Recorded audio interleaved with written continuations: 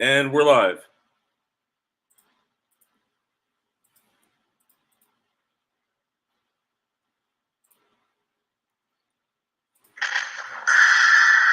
guys, good evening and welcome to my exciting channel. We're discussing Mandela effects and the like.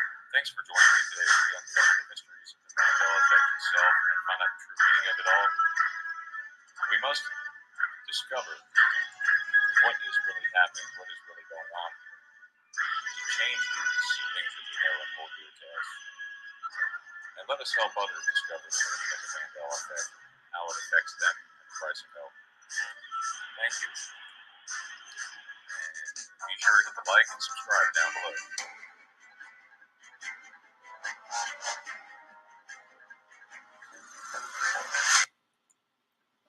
Hey guys, good evening and welcome to my exciting channel. We're discussing Mandela effects and the like. Thank you for joining in. Welcome all Mandela effectians.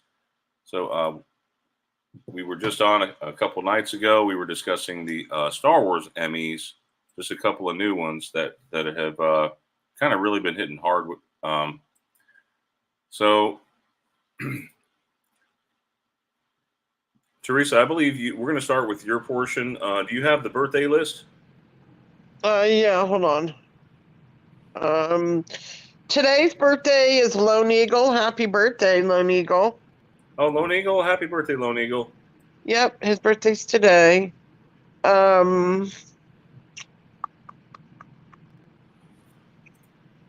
have Polaris Bear's birthday was September 24th.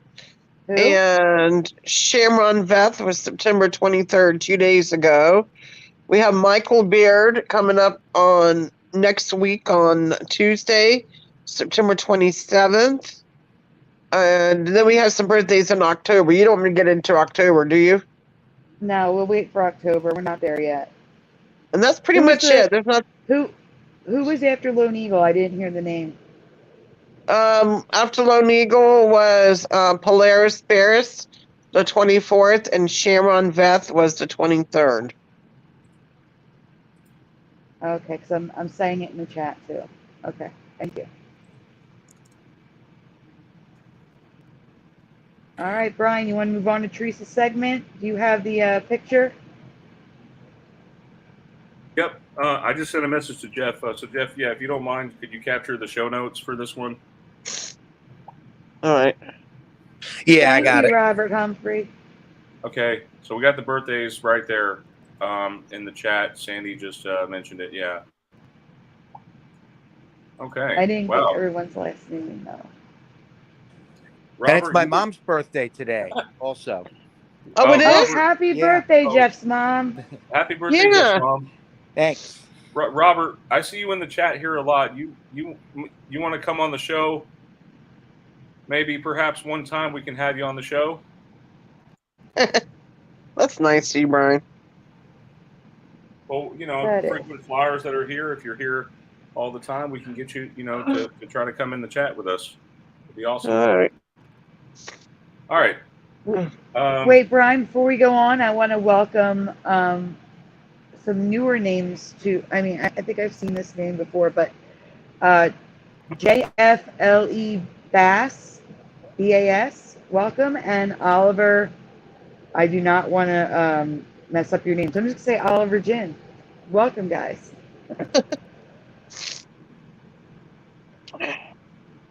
And Robert, welcome, Robert. I was saying the newer people in the chat because you were mentioning the frequent flyer in the chat. Sorry. Yeah, Robert's been in here quite a bit. Is there any other? We got 4 people in the chat, guys. Come on, get the word out there. No, we have another lurker too. It's too early. Right. People need to get the notification and I don't scroll think on people into are the used chat. to having a show on a Sunday Yeah, morning. We don't typically have them on Sunday mornings. We usually, in the past, we were doing them on Sundays, Sunday evenings, and then we switched to Saturday.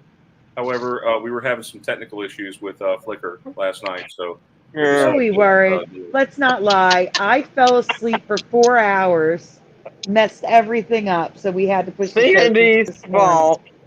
It All is right, totally Sandy, my fault. If you want to take the heat, Sandy, that's you. I did. I say we blame my Flickr. fault. We blame I'd rather Flickr. blame Flickr though. Because Sandy, you do an awesome job. No, Flickr is an issue. It is totally an issue. But last night it was because I fell asleep. But I will say that we did used to do Sunday morning shows. We used to do them Yeah. all the time. But now our regularly scheduled show night is Saturday nights. It's just that last night I fell asleep, so here we are. Well, here And we now are. we have Tommy Apples in the chat. Welcome. Go ahead, Brian. Yeah, Doing Teresa, your don't Teresa forget segment. to get me your IHOP order in, okay? All right, Okay. with that being said, let's get these 5 links real quick. You sent me 5 links from your group, Teresa. Yeah. But I also wanted to talk about another thing with the medical field. Uh-huh. That that virus thing that now Uh-huh. they a controlled virus that might heal a certain thing. So yeah, we'll talk about that too if that's okay. Okay.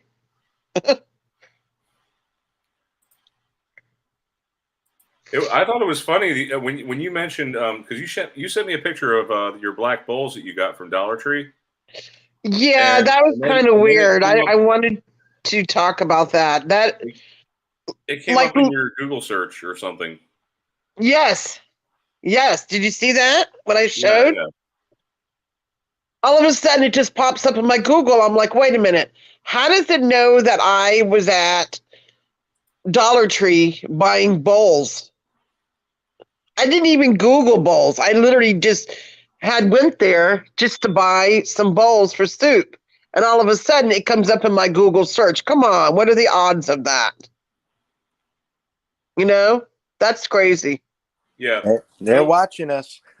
Well, it's no crazier than I don't remember the exact. What did I say? No way. I said we were on a group call, and I said, "No way, I'm whatever," and someone's TV in the background at the same right after said, "No way." Oh. Huh? No, isn't that Brian, isn't that weird though, how that happened? I mean, you see it, right? Yeah. Now with these, these might be slightly out of order. I hope you don't mind, Teresa. It's fine. And hang on. Facebook always causes my computer to run a lot slower for some reason. And by the way, the bowls worked out perfect. The bowl worked out perfect when I needed it for. Okay, good. Yeah, I love them. Because I can make whatever I have the same ones, but I have the same ones, but they're in white. I didn't see no white ones there. I just saw the black ones, and I was like, "Oh, perfect! Exactly what I wanted." So I grabbed 3 of them, and yeah, they're perfect. I actually want to get some soup, to put soup in them, like cans of soup. Oh, Sorry, Brian! Hey, Brian! Stabley's in the chat. Who, Brian? Oh, hi, Brian Stabley. Brian Stabley says because your phone is listening to you. Hey, Brian. What? I called you the other night. Yeah, because Brian wanted you to join the show for the Star Wars stuff. Yeah, Brian. He didn't answer. I okay. subbed you on TikTok.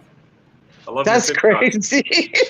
He does. Brian Stabley does a lot of TikToks on the Mandela. Yeah. Yes, I'm not even on TikTok. So my phone was listening to me while I was asking somebody where the bowls were at. Oh no, guys! Brian's recovering from surgery. Who? I hope Brian Stabley is recovering from surgery. I know. I thought y'all knew about that. He had some post. He was talking about it, about his surgery. Oh well, I'm glad you're feeling better. I will pray for you. I didn't even know. I'm sorry. He had it under his post, Sandy. Huh? If you look under his post, he was talking about it before. He had some surgery done. What post? Where? Under his own post, under his name. What app? Facebook, YouTube, Facebook, where? Facebook. Okay. He mentioned it. Yeah, I'm he was not on mentioning Facebook it. Oh well, that's why you didn't see it. I thought you knew about it. No. Well, I'm glad you're feeling better, Brian. Yeah, glad you're feeling better, Brian. Yes. Same. Ann Gaynor says, "Hey, Sandy, good day, all." Tommy Apples, at least someone has listened to me. LOL. Yeah, and Tommy Apples and Brian Staley. You guys are all welcome to come on Hey, another show if you'd preliminal like. too. Yeah, Preliminal. preliminal. Yeah, you too. I definitely want to have preliminal come on. That would be cool. What's the amount of people you can have on at one time on I think StreamYard? we can have up to 6. Is that what it is? 6? So if we have extra time at the end of the show, we may see if one of you guys wants to come on and talk with us. Oh, that would be cool. Well, we have a lot to get through, so you want we to do get have through a the lot to Facebook get through. stuff? So time is of the essence. You got to show my things, Brian. Time is my own worst enemy. Seriously, I'm not joking. And it seems like the older you get, the quicker time seems to go. Brian. What? Okay, you bleeped out. You went like robotic for a second. No. What I'm saying is time is of the essence, and the older you get, typically is the faster time goes. That's true. Yep. And somebody had posted this one. Okay, so Heather Schwinn from Teresa Lynch's. This is the segment My where group. we talk about Mandela Reality Residue Hunters is Teresa's group. You're welcome to join. Just make sure you answer the questions. Yeah. We have posts. She decided to go with the top 5 from the group, and so we're going to be discussing these. Okay. They're not necessarily Mandela effects. Some of them are really interesting articles, so we'll just play it as it is. Yes. So could have sworn her name was Megan the Stallion. The doesn't look right at all. Whoa. It's Megan the with 2 E's Stallion. I didn't bother to look for any residue, but if you wanted to do like a really fast Google search, there might be residue for this. I didn't bother to look though. What do you guys remember? That looks weird though. 2 E's. Yeah, it does. That does look weird. Who posted that? Heather Schwinn. Is that her name? Schwinn? Schwinn, yeah. Schwinn. Now, what I thought that was kind of interesting, so I wanted to show that. I mean, this would be as odd and bizarre as like if Instagram were to change to Instagram. Yeah. Wouldn't you be weirded out by that? Yeah, doesn't it look weird though? THEE. Is anybody in the chat familiar with this? Is this lady a singer or an actress? What is she? I'm not sure. I just changed it. I just clicked over to the next one because we're running short on time. Oh, okay, let's go then. All right. It sounds familiar though. Megan the Stallion sounds familiar. Sandy, I think you might have found this one, but I thought it was interesting. So if you found it before, I'm sorry. I did not find this one. Okay, so did you find this one, Teresa? That Coca-Cola yes, accidentally.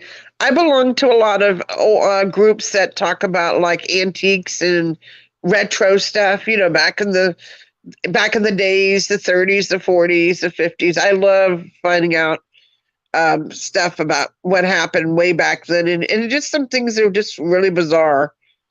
And I thought this was interesting. I didn't know there was Coca-Cola. There was Coca-Cola chewing gum. Have you? No, but apparently there not until was. the 80s. No, they had it back then. Look, click on the link, Brian. It's a brief history on it. Okay, so the commercial chewing gum in the United States dates back to John Curtis in 1848 when he produced a commercial chewing gum from the resin of spruce trees. Wow. So he called this early chewing gum State of Maine Pure Spruce Gum. So that's where it started, right? So then do you see it? Mm-hmm. So then we talk about, as luck would have it, by 1920, the price had fallen below the pre-war levels, because we had war going on ahead of that. And many, or before that, so many companies were left sitting on stockpiles of very expensive sugar. Because of its size and management, Coca-Cola was able to survive the debacle, while smaller companies such as Pepsi-Cola, Coke's main rival, and Franklin Oro were forced to declare bankruptcy.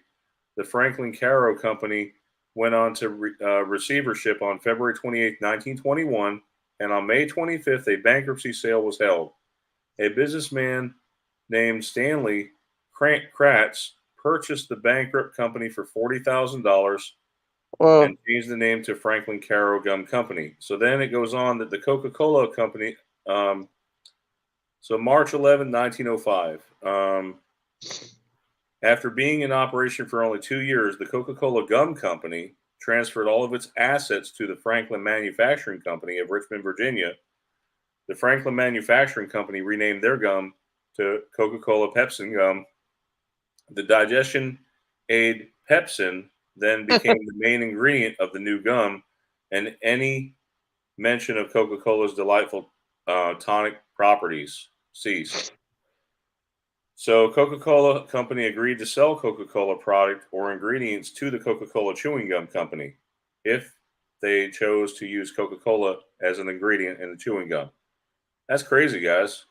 So it is safe to assume that Coca-Cola became the actual ingredient in the gum since an ad appeared in 1904 states that Coca-Cola gum contains the delightful tonic properties of Coca-Cola. So it also stated that Coca-Cola Company had the right to match any offer that the gum company received when selling the business. So what do you guys think about that? I thought it was interesting. I was like, I wonder if this is something you guys would like. I don't know if that's an actual ME. I mean, do we have any older folks in the group that remember this? Because it seems like it would have been. I went to the Coca-Cola Museum, okay, and it was in Atlanta, Georgia. So I got to see some famous relics, but nowhere did I see chewing gum. So Thank you. I thought it was pretty cool. I'm not saying it's the Mandela effect, but I thought it was quite interesting. I was like, I don't remember ever reading about Coca-Cola. Oh, Adrian found this, Lord Celtic Frost. I've never seen a bird like this. You want to play the video? I'm pretty sure it should be okay. I think it's a TikTok. Hi, Maui. There's a bunny. There's a little bunny rabbit. Okay. You might come out popping. Oh yeah? You see the little bunny I rabbit? do want to say That is so weird looking.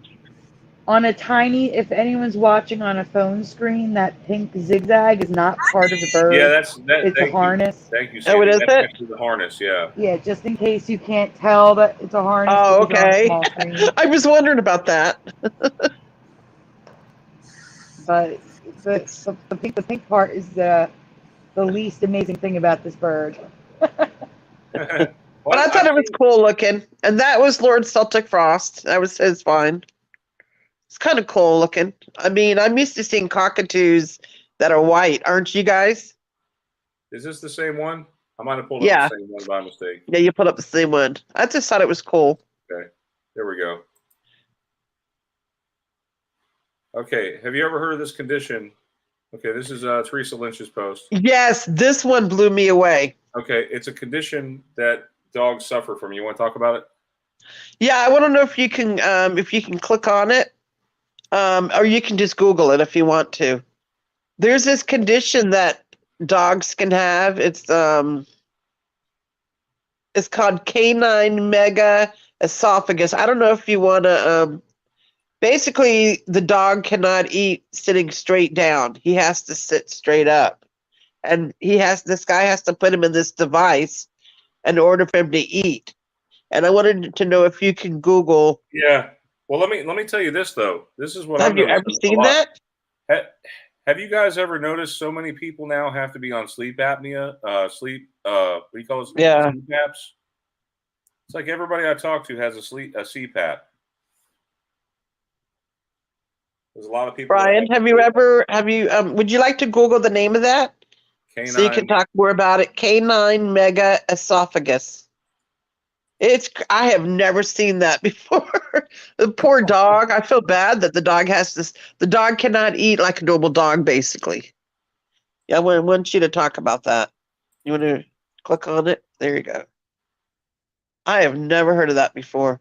Actually, one word, mega esophagus. Did you mean that as two words, or was It could have been. Is it a change? If it's a change, you just found it. There you go. Go ahead and read that. That's what it is. Okay. My dog was just diagnosed with mega esophagus. What does that mean? So it's not a single disease. Instead, it's considered a combination disorder. It's the esophagus. Everybody knows what that is, so I don't have to go over that. Yeah. But what happens is that it gets larger, it dilates, and it loses motility, its ability to move food into the stomach. Oh. And when the motility is decreased or absent, food and liquid accumulate in the esophagus, and it has a hard time getting to the stomach. So, Poor thing. yeah, it's when the esophagus is functioning normally, food in the mouth. Oh gosh, we're mentioning food. Sorry, Teresa. I know. Food in the Of mouth course. stimulates nerves and sends signals to the swallowing center of the brainstem, which in turn stimulates the swallow reflex. So there you have it. And you notice in the picture how the dog's sitting? Yeah, you guys saw that. The picture is here too. And the dog cannot eat. The dog cannot sit on all fours like a normal dog eats. The dog has to be put in this device where it's sitting straight up in order for him to swallow the food properly. I guess this is like something that I don't know how rare this is though. Do you? Did it say? I don't know. I didn't see. But I have never heard of that before. No, maybe because I'm not a veterinarian, but I was kind of shocked to see that. Have you guys ever seen this or heard about this before? No. Have you ever had a dog? Does anyone here in the audience have a dog? I'm sure people's got dogs. Has anyone ever heard of this before that has a dog? Yeah, I've never heard of it unless you're into if you're a veterinarian or you studied, about pets and stuff. You might have heard of this before, but I never have. That's funny because my daughter, my 8-year-old, says she wants to be a veterinarian when she gets older. I'll have to ask her if she can remember this. Isn't that pretty cool, though, Brian? Yes. Okay, so we'll move on to the next one. The next one is a ghost plant. I don't know if you want to click on the link there. See the link below it? I'm not going to get like a billion pop-ups, am I? I hope not. If you do, I'm sorry. Okay, here we go. Because there may be copyrighted material, maybe. Uh-oh. You guys see my screen? Is it still showing? Yeah. Okay, let me see. Maybe I can play a little bit. It's pretty cool. As it acts, as it saps the nutrients from unsuspecting mushrooms. It doesn't need the light, so it's often found in the deep, dark woods with other fairy tale monsters. You guys hear this? The ghost plant. Yes, thank you. Let me turn up the volume.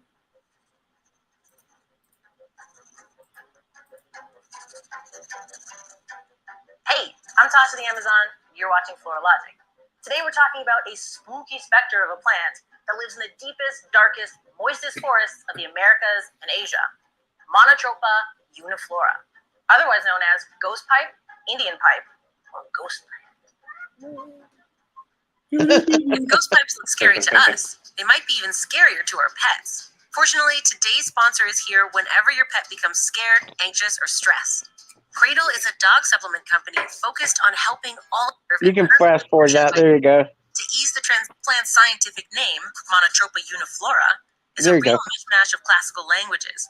Monotropa from the Greek for one turn, and uniflora from the Latin for one flowered. One turn, one flowered. Basically describes the fact that each stem only has a single odorless flower. But what the scientific name blatantly ignores is that this plant is spooky to the armpits. How do you say creepy as hell in Latin? Let's start with its sorry looks. for the H word, This plant guys. is a ghostly translucent white, or Check sometimes it out. that develops black spots as it ages. It's a perennial, ranging in height from 10 to 30 centimeters and commonly grows in clusters. 4 to 12 inches high. Dare to venture out where it lives and pick a bunch, and it'll turn from shimmering white to goth black Whoa. before your very eyes. Creepy. Because it's so delicate and looks like frozen jelly, the ghost plant is sometimes also called the ice plant because it seemingly melts away when picked up and handled.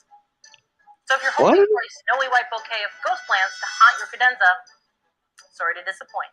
The ghost plant's stem is covered in scaly modified You hear that, leaves Jeff? called bracts. If you think you've never heard of a bract before, you may know them better than you realize. You might even decorate your home with bracts every December. The Whoa. flowers of a poinsettia are actually a bunch of bracts that are more fabulous than the true flowers themselves.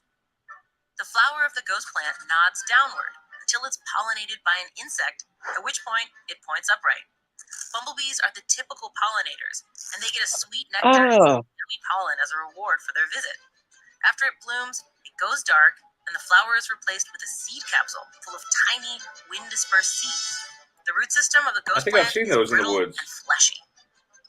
The roots are also apparently very tasty to grizzly bears, who've been seen digging them up for a nice snack. The ghost whoa. plant is in the Ericaceae family, otherwise known as heaths or heathers, depending on your preference. Famous members of this family of over 4,000 include blueberry as a parasite, and it lacks the chlorophyll necessary to make its own food from sunlight. The ghost plant was once thought to be a saprophyte, a plant or fungi that eats dead or decaying matter. But new research has found that instead of feasting on the dead, ghost plants take a very vampiric approach, sucking the nutrients from unsuspecting fungi. These are mycorrhizal fungi that live around the bases of trees in the deep, dark woods where ghost plants are found. In fact, almost all terrestrial plants have root-infecting mycorrhizal fungi. They live in what's called mutualistic symbiosis. The plant gives the fungi nutrients through its roots, and in turn, the fungi enable the plant to increase its nutrient and water absorption capabilities. The relationship between fungi and ghost plants, however, is anything but mutual. The ghost plant catfishes the fungi, tricking it into thinking it's entering another legit symbiosis. But this relationship is a toxic one, That's since the weird. ghost plant doesn't give anything back. I think it's amazing. Fungi's I've never hard-won heard of this. nutrients and energy, like the parasite it Yep. is. If only ghost plants were as nice to fungi as they are to bumblebees. So the tree does the photosynthesizing, the fungi absorbs the nutrients from the tree's roots, and the ghost plant steals them from the fungi. And they do it all without lifting a single bract. Ghost plants are so delicate that propagating them at home is next to impossible. They rely entirely on a specific climate, dark and moist conditions, and, of course, the tenuous love triangle between the tree and its fungus. No matter how many times you criticize it for wearing... Yeah, if you think about it, how many times you see fungus that grows near trees? You see it all the time. Does that kind of explains it a little bit better now? Kind of does, yeah. Isn't that cool though? But didn't the process of photosynthesis change also? We lost Sandy. She said she had to leave for a couple minutes. She'll be right Oh, back. okay. All right. So I thought that was really interesting and educational at the same time. Yes, You know? Somebody, Last Flyboy points out, could that ghost plant also be known as the Indian pipe plant? And yes, it is. Could be. The lady said it on the video, remember? Yes, yes. Was that everything, Brian, or was there any more? That was 5 of them. That was the What? 5, yes. Yep. Yeah. Oh, Oh, You who counted them posted right, that? Who posted that ghost plant one? I did. Okay, thanks. Anytime I find something interesting, I've been trying to post it in my group. Something, try to make sure, hopefully it's something new that I hadn't posted before, because I have a habit of doing that. I'll post something and I'll be like, oh shoot, I think I posted this a couple years ago, because I've had my group now since 4 years, and next year will be 5 years. So sometimes I might accidentally repeat things, not on purpose. That's understandable. There's so many different things. How are we Oh my supposed to keep gosh. track of them all? I know, and somebody will be commenting saying, Teresa, didn't you post this a few years ago? And I'm like, I might have. And then I just feel embarrassed, like, oops. Yeah. Yeah. I mean, it's hard to remember, though. It's I know. understandable. And another thing is, I've been getting a lot of new members on a daily basis. So for them, it might be brand new, but for somebody else that's already been a member for 4 years, they've already seen it. So new people can see it, Yeah. It doesn't really matter. That's good for new in the long people run. to see it, because some people, they find out about this thing late, like I did. Yeah. I mean, I find out Mandela effects, and then Sandy be like, we covered that 2 years ago. And I'm like, oh, shoot. Right, Brian? Just like you? Yeah. Oops, we covered that. It happens to me a lot. It's kind of gets embarrassing, though. I was like, damn, I thought I just found a brand new Mandela effect. Nope, it's been found 2 years ago. Oops. It's okay. I mean, we're Everybody at the point. sees Mandela effects at different times. It's like that song. Oops, I did it again. Sandy's back. We're at the point where there's so many thousands of these that it's so hard to keep track anyway. So I it's all right. know. Jeff, did you Mhm. guys didn't react to it? I guess, or maybe What? you did. But I sent to your group messenger. You know the AI it messes up sometimes. It told me that I look like Zendaya. It Oh did. yeah. Yeah, those I, Facebook games. And I then think and that's then all of them, Sandy. I think that's all of them. The Facebook things, Okay. right, Brian? yes, it is. Yes, we said All that right. twice. Yes. Brian, your mom just sent something to our group. It looks like Florida, Georgia, uh, South Carolina, and parts of Alabama are going to be hit by Hurricane Ian Oh no. or Tropical Storm Ian. I don't know if it's a hurricane or a tropical storm. What's it called? Which storm is it? They're saying significant uncertainty about where Ian could make landfall. So Oh no. everybody pray for Brian and everyone in those states. I think we'll be okay. I think we'll be on the western edge of it. We'll be okay. The Oh part that Well, you they always don't. have to worry about with hurricanes is on the eastern side of the hurricane. So yeah. I have a lot of friends back home in Georgia. So please, guys, let's pray for Georgia and Where is Florida and all currently that. the storm right now, Sandy? Or Brian, you want to track it? Well, that's the It's thing in they're the Gulf. saying. They're saying that they don't know where it's going to make landfall right Oh Lord. now. Right now, they have it heading for the Florida Panhandle, but it could. You know, Ooh. hurricanes and storms, they can switch Oh direction at yeah, any they're time. you can't. Yeah, they're unpredictable sometimes. I remember when I lived It could in make a Orlando. left-hand turn and go straight into Texas. You don't know. Yeah, We have to just watch and see. just get ready just in case. But Be it's prepped or currently whatever you about want to to hit call it. Cuba. Here. Sandy, we ready? We got 7 folders. Yeah, we better get 8. going. We got a There's lot 8. to go. There's 8 folders, right? I see 7. There's 7. Was there one that's I'm not seeing? Oh, I'm sorry. It is 7. I forgot the bottom one was already done. Sorry. Yeah, we There did is that. 7. Yeah, we did that already. You are correct. Now remember, you're doing the one on the top left last.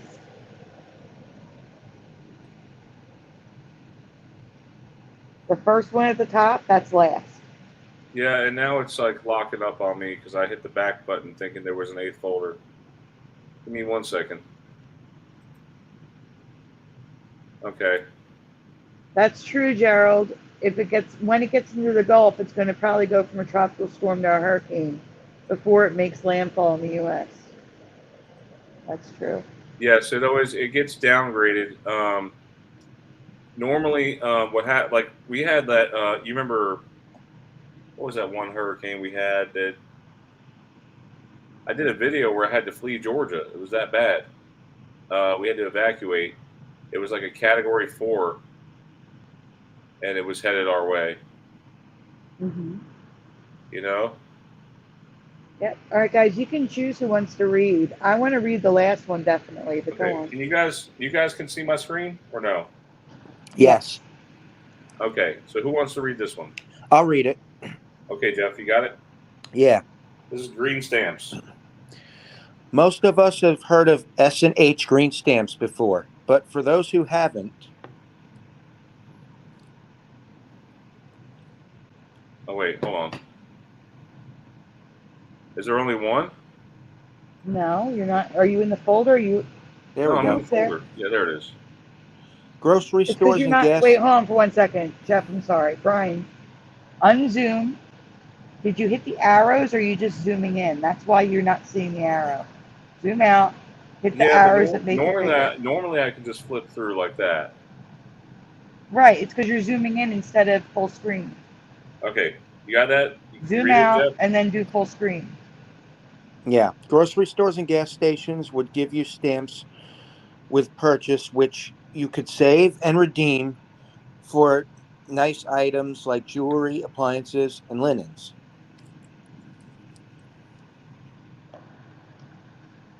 Hey, Brian, zoom out and then hit. Okay, you No, figured it's it out. fine. It's There we fine. go. It's fine. I have to use my magic mouse. I had to charge my magic mouse.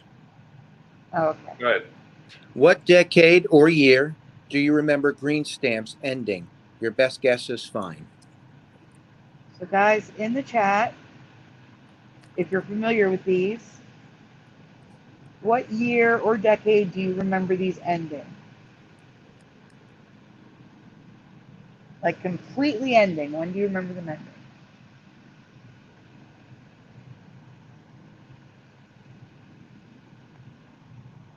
So Gerald Neal says the 80s. And guys, if you want to chime in, go for it.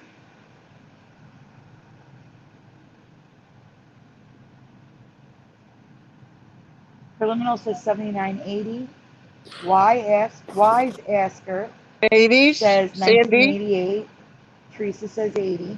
I remember 80s because my mom used to use these all the time. Oh, she loved them. Either the end of the 80s or early 90s for me. Okay, and Brian? I would say probably the 80s. Gemini 79 says the 80s or 90s. Anyone else?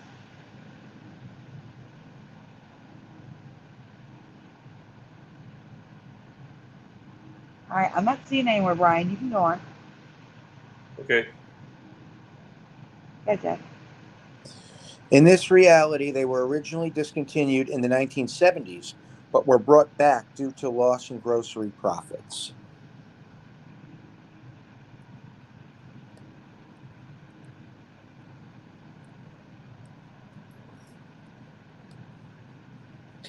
I would have guessed the 1970s. I've never seen a green stamp in person in my life. But in this reality, the stamps were changed over to a credit card point system in the 1990s. But stamps weren't fully ended until 2009, but you could redeem them online until 2020, just 2 years ago.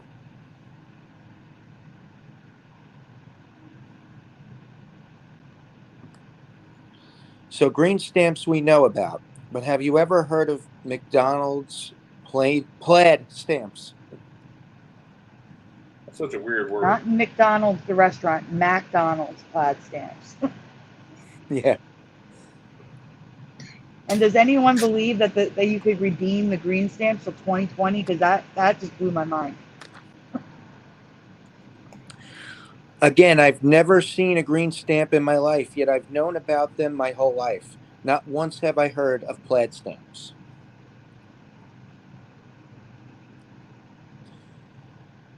Plaid stamps were given out at A&P stores through the early 1970s, and while I wasn't born yet, A&P had 16,000 locations. It was the most popular and prevalent grocery store throughout the 1990s. I think we should have heard of these.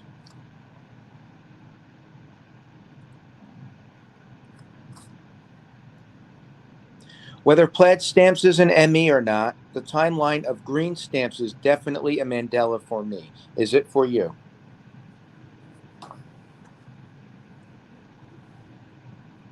Frank Nunez says, news to me, free luxury items. Wow.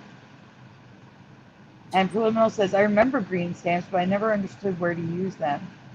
And Mark Basket says the 90s. It must be on a little delay.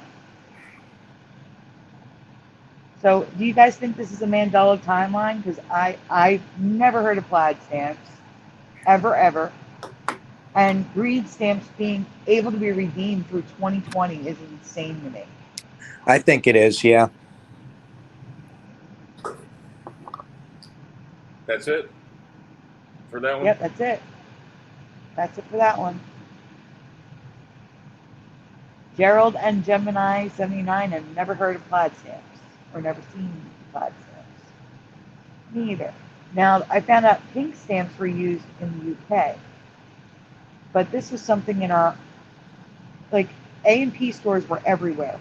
16,000 locations is huge. That's a lot of locations in the US. All right, Like, Sandy, you're up. You're up. Oh, I'm up. Okay. This is So a your couple Emmy, years so ago- I'll let you talk about it.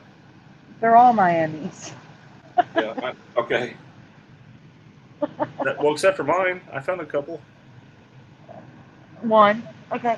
A couple of years ago, and I'm in there too, Ryan. A couple of years ago, someone noticed that the feathered Dumbo holds changed color.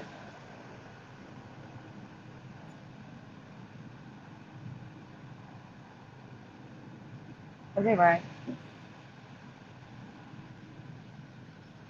This time, it's his hat and collar. It's not on my screen yet. That has changed for me, which requires me to ask everyone what they remember a little differently than usual. So we have like multiple questions coming, and some of you will only, well, most all of you will only answer 2 of them, not all 3. So go ahead, Brian. The first question is for everyone. Do you remember a stripe or no stripe on his collar? So in the chat, 1 or 2. What do you remember on Dumbo? No stripe or stripe? 1 or 2? You want me to pause here Gerald for a minute, Neal, right? I'm sorry? You want me to pause here for a minute? Yeah, pause here. So Gerald Neal and Frank Nunez say 2. Jeff, Teresa, Brian, while the chat's answering, if you want to chime in, 1 or 2? 1. 1 for Jeff, Teresa? 2. 2 for Teresa. Brian? 1 for me. Actually, 2 for me, actually. Are you having a dual memory, or are you sure? I'm sure it was 2. Okay, 2 for Brian. Insane Irby, welcome, says don't recall. That's quite okay. JF says 2. Anyone else?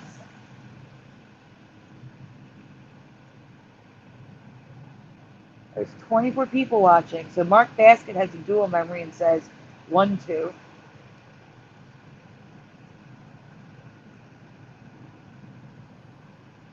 Can I move on? Gerald doesn't recall the hat. Right now we're just focusing on the collar, but I think the Preliminal's collar. never seen Dumbo, and that's okay too. We can move on. Well, see, the reason why I was waiting to see if anyone remembered 1 besides I Jeff. feel like I am having a dual memory on this one, but I feel like it is 2, but with different colors than what it is now. All right, we're going to get to that. Gemini is not sure. So, for anyone who thinks 1, like Jeff, if you recall 1, and for those of you that aren't sure, does 1 or 2 look right to you? If so, write 1 or 2. If I get no answers, we'll move on. Give it a minute, Brian. Jeff, since you remember 1, which one do you remember? Which color? Oh, yes. The blue. Gerald Neal says 1 as well. So does Tony Jordan. But I don't know now. I should have done A and B, because now I don't know which one questions they're answering. So guys, if you're answering the blue one, please write 1 blue or write blue, because I don't know which one you're saying. Tony and Gerald, please write blue or yellow. I'm so sorry. Which one do you remember? Preliminal says the blue looks accurate. Tony Jordan says blue, thank you. I kind of feel like blue was. It was definitely blue. The collar was blue. Gemini 79 says blue. Gerald Neal says blue. Frank Nunez says blue. See, the color matters. It really does make like jog your memory. DJ Noriega says blue. All right, Brian, we can move on. This question is for those of you that said 2. You remember the stripe, okay? Virgo says blue. For no more answers, guys. Last Flyboy says blue. Now it's for the people who remember 2, not the second one with the stripe. Which one do you remember? Do you remember 1, 2, or 3? 1, 2, or 3 if you remember the stripe.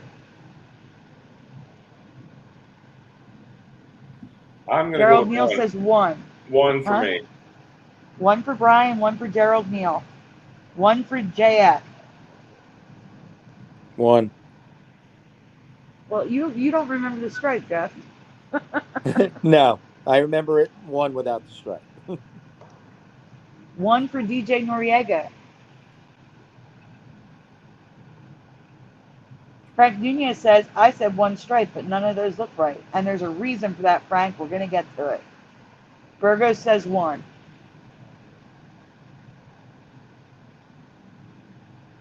All right, Brian, we can move on and shock them all. No one has said the correct answer. Not a one. You've all been affected by this. I'm sorry. So I had to split up the questioning this way because this definitely falls under a Mandela variation effect. The MVE is a name I've given to changes that have lost their consistency. Because in my reality, you know, Mickey Mouse always had red shorts. In my reality, for me, Dumbo always had a blue collar and a blue hat. But in this reality, nothing is consistent. And that's why I call it the Mandela variation effect. And that is why Frank Nunez remembers a stripe, but none of those look right. We're going to go on, Brian. This is Dumbo now. No There way. is no blue. I don't remember a stripe. He was all blue. But now he has a yellow hat with a red collar with a yellow stripe. You remember his eyelashes looking all girly like? I do, because he was a baby. Okay. This is Dumbo now. I don't recall the yellow hat or the red and the yellow striping. No, I don't remember red at all. And he had a blue hat 1,000 trillion% for me, not yellow. So we're going to go on because it's not just this. In fact, in the movie, it changes. In the movie, it's different. I'm going to show you. Keep going, Brian. So these are all scenes from the movie. In the movie, it is seen 3 different ways. The official way, which is the top, all yellow and orange, so orange with a yellow stripe, and all orange. 3 different ways. Now, all of these have a yellow hat, in case you're wondering. You can't see it. Even the color of his skin changes throughout the movie. Can you see this? Gray, dark brownish gray, light brownish gray. Throughout the movie, he is completely different. Go ahead, Brian. Variation effect. That's what this is. The variation gets even worse when you look at movie posters and books. His collar and hat rarely match, and every color of the rainbow is used. So we have red and white, pink, white, blue, white and purple, white and red and blue, yellow hat with a pom-pom. That's consistent, but we have a yellow hat with a black pom-pom on the top left. It is different everywhere. That's what the variation effect is, and it has fully affected Dumbo. Go on, Brian.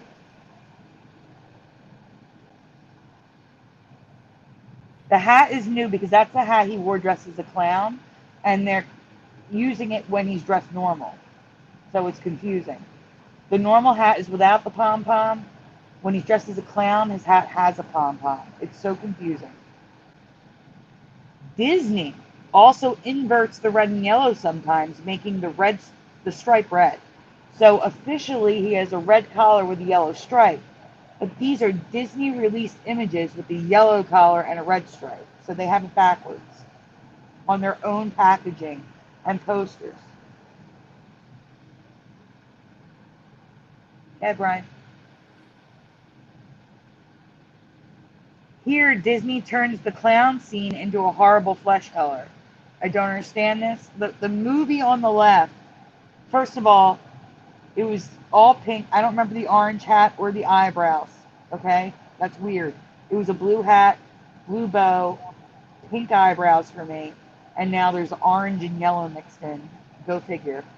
But the poster, why does he have a flesh-colored paint on his face? It's just wrong. It's wrong. There's so much variation in Dumbo, it's insane.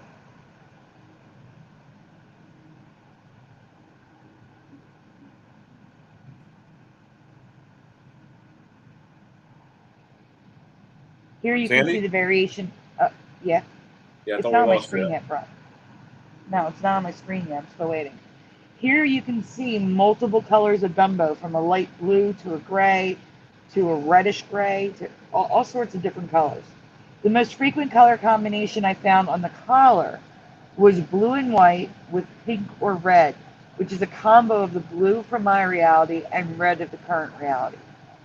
And what is that flag he's waving? A circus flag? It's just red and white stripes. What is that? Even the hats, they're all different. Everything's different.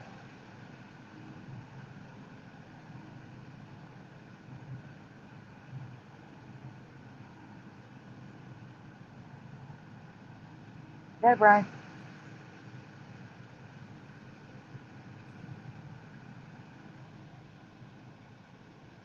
I have found zero evidence of my reality. For me, it was all blue. There was no stripe. The closest I got is that kid in the top right corner in the costume that the new notification is not covering. That's the closest I have to my memory. A costume. Some are close, but none exactly what I remember, and the color variation makes me believe this is a genuine Mandela variation effect. Do you agree? And I think that's it. No, I have pictures of all the variations. Go ahead, Brian.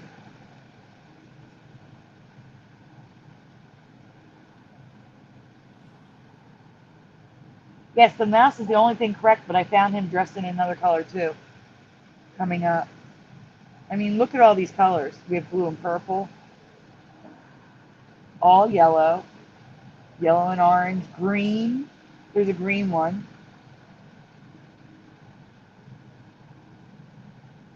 Red and white. I think the next one has the mouse a different color. I think it's dressed in blue.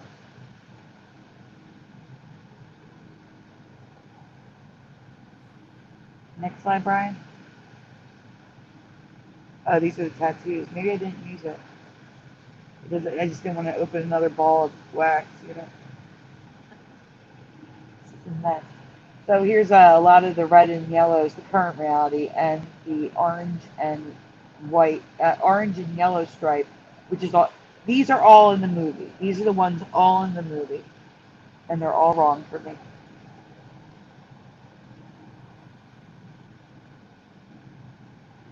And this is the closest residue I found. Again, nothing is exactly what I remember. But at least they're using blue.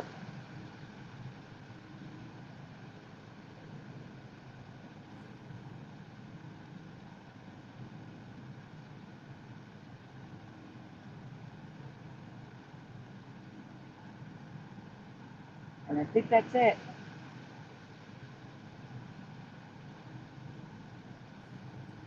That's it on that folder? Okay. That's it for that one. All right, Teresa, you're up next. All right. All right, this next one's going to be a good one. This is Karate Kid. For all you Cobra Kai and Karate Kid lovers out there. Not me. Not you? No. Well, maybe I'll read this one then. Yeah, go ahead. Okay. I'm sending you a message, Brian, okay? Okay. Go So ahead, there are go two ahead. changes for Sandy in this one. Okay. The Karate Kid universe. One in the original and the other in Karate Kid 2. Now, we talked about the headband changing. Okay. The headband was like a black lotus with white background, and now it's like a dark blue. No, it's That's bright weird. blue now, Brian. What? It's fully changed. It's bright blue now. It's what?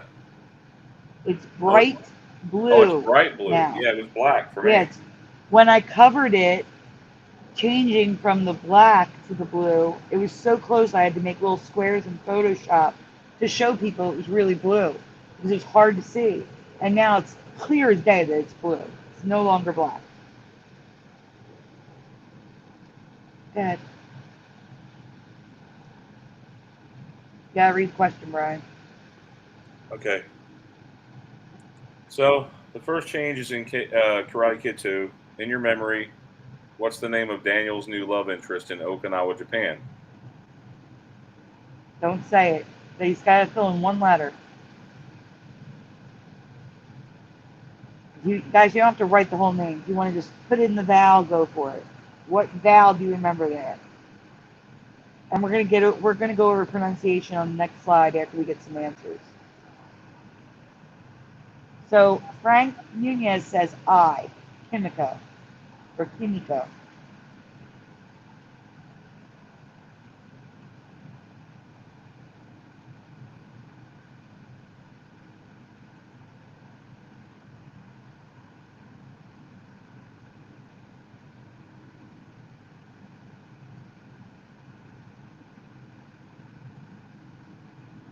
Anyone else? If you're not sure, you can guess. It's just one letter. And if you never saw it, that's okay too. So, Jeff, do you want to chime in? What do you remember? I didn't have a clear memory on this one, but the I sounds right to me more than anything else. Kimiko? Yeah.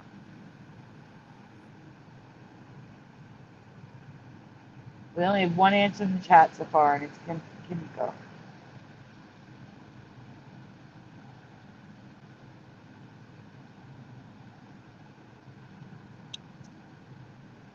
I wish I knew this one. I only know about the headband.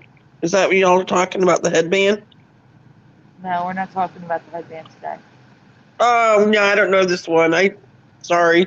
It's okay. Sorry.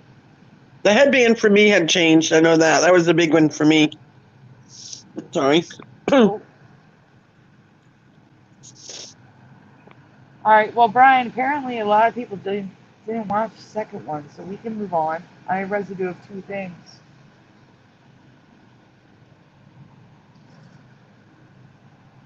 Okay. Frank Nunez just watched it. He's going to be very, very shocked. Did you find this one, Sandy? She did, yes. Wow. How did you know this one? Because I heard Ralph Macchio say the name, and I'm like, that's wrong. So go ahead, Brian. Wow. Good find. Thanks. Brian, you going to continue? Yeah. So yeah, let me read it. So I remember her name being Komiko with an O, and I even found residue for those of you who remember Kimiko with an I. But her name is now Kumiko. That ku just sounds so wrong to me. A subtle change, but still bothersome. So when Ralph Macchio pronounces it, he says Kumiko, and I do not remember the ku sound. Yes. So I looked up her name, and it's got a U in it now, and I don't remember that. It was not Kumiko. It was either Kimiko or Kumiko. Like Kimiko, Kumiko, they sound the same, so the spelling could have been I or O, but not you. So I got residue of both I and O because people remember it both ways. He says he just saw it 2 days ago, and it was not the U. Awesome. It must have just changed, Sandy. Yeah, I found it 2 days ago, so that totally Supposedly, lines we up. just had a big shift a few days ago. That's what I was told. All right, Brian, you want to go on? Get to the residue. There's a lot of it. There's like 8. Yeah. Okay, so here we have a fake. Oh, wait, it's not on my screen yet. No, we're not there yet. So here we have a tweet that says Comico. Underneath it, we have a Spanish review on Netflix saying Kimiko. We have Kimiko in a Reddit post. Next. Okay. Okay, so Kimiko, there's residue here for Kimiko with an I.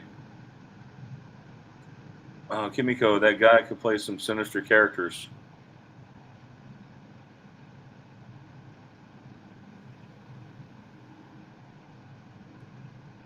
Yeah, it was But like Kimiko. he actually turns out to be a good guy in the show.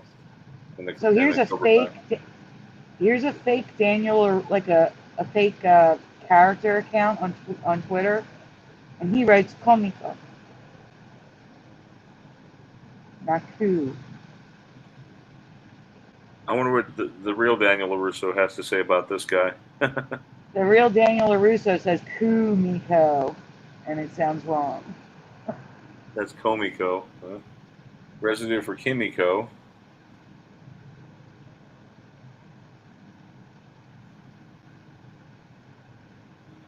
A lot of people remember I or O, not you. And I and O sound completely different than you. But I and O sound similar, so that explains why there's I and O residue. I think you might be right. I kind of remember Kimiko. Kimiko.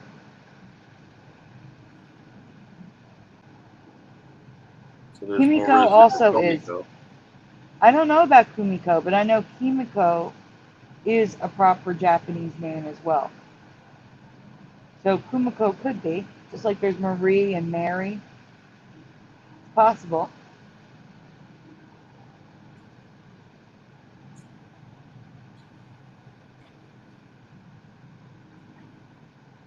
But then there's also Komiko, and that sounds right too.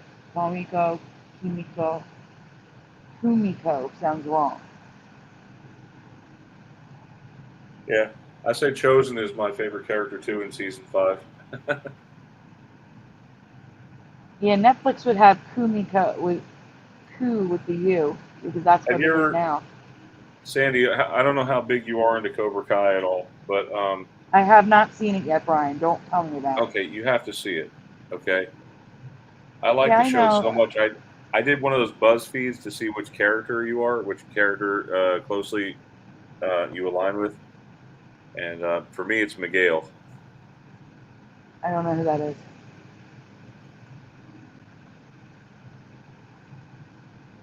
But reading this residue, I want to see it. I just have not had a chance to yet. If you love the original Karate Kid series, they actually bring up scenes from the whole trilogy in the show. These little glimpses of Hold on the. for a minute. No preliminal. It's spelled with a U now. It's Kumiko. K-U. This is the residue of what we remember. Sorry, Brian. Go on. I think you're right, Sandy. I think it was Kimiko. I think you're right. Oh my God. That was from the original movie, right? Yes. No, it was from the second movie, Teresa. I think you're right, though. I think it was Kimiko now that I think about it.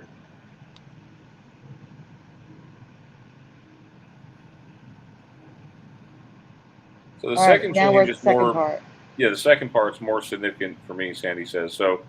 When Daniel competes in the All Valley Karate Championships at the end of the first movie, they borrow. Mr. Miyagi borrows a belt from the man at the registration table.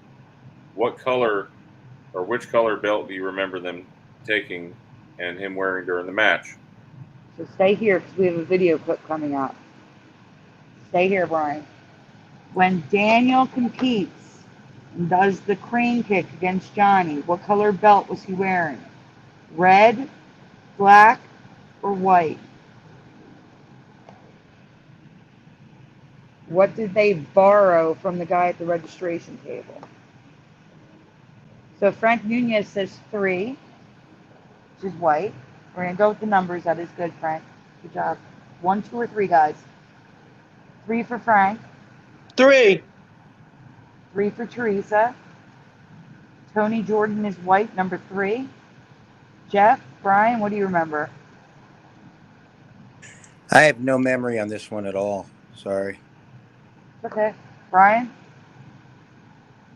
I think it's 2. I know it's 2.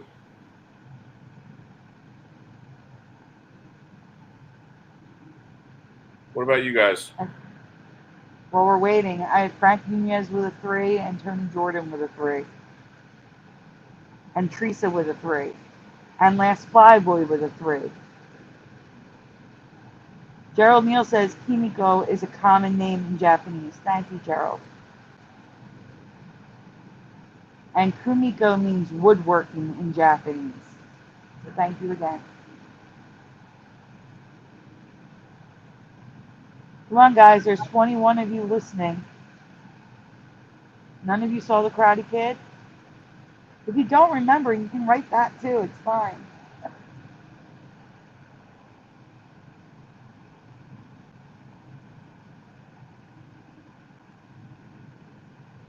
All right, well, the only one who said 2 is you, Brian. Everyone else says 3. You can move on. Gemini never saw the movie. That's okay. Thank you for commenting.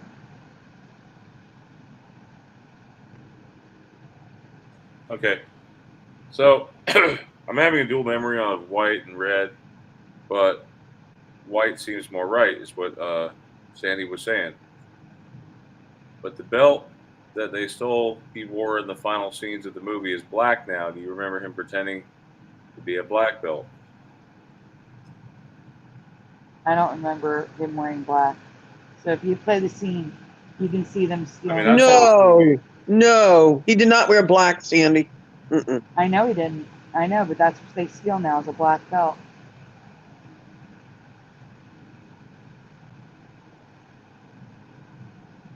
I also don't remember the red. What's the red doing on there on the side? Or is that someone standing behind him? No, it's some sort of flag that I don't remember. Like something you would wear in touch football, but they're actually fighting, so what is the point? I don't No. understand why that's there. No, that was not there. The red was not there. No, and I think that's just the leftover of the. That's why I may have a dual memory of the white and the red. You telling me he wore this during the fight? The red? Yeah, the whole thing. The whole thing is wrong. That's what I'm trying to say. Yes. No, he didn't wear the red. The red is there the whole time now. So this is what happens during the fight, even during the crane kick.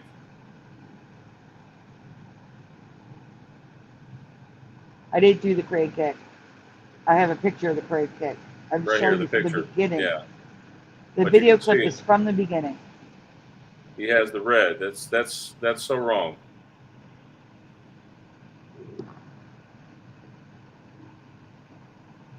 Now who's this guy here?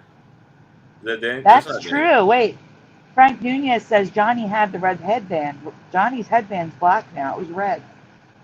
I agree. I remember red on Johnny.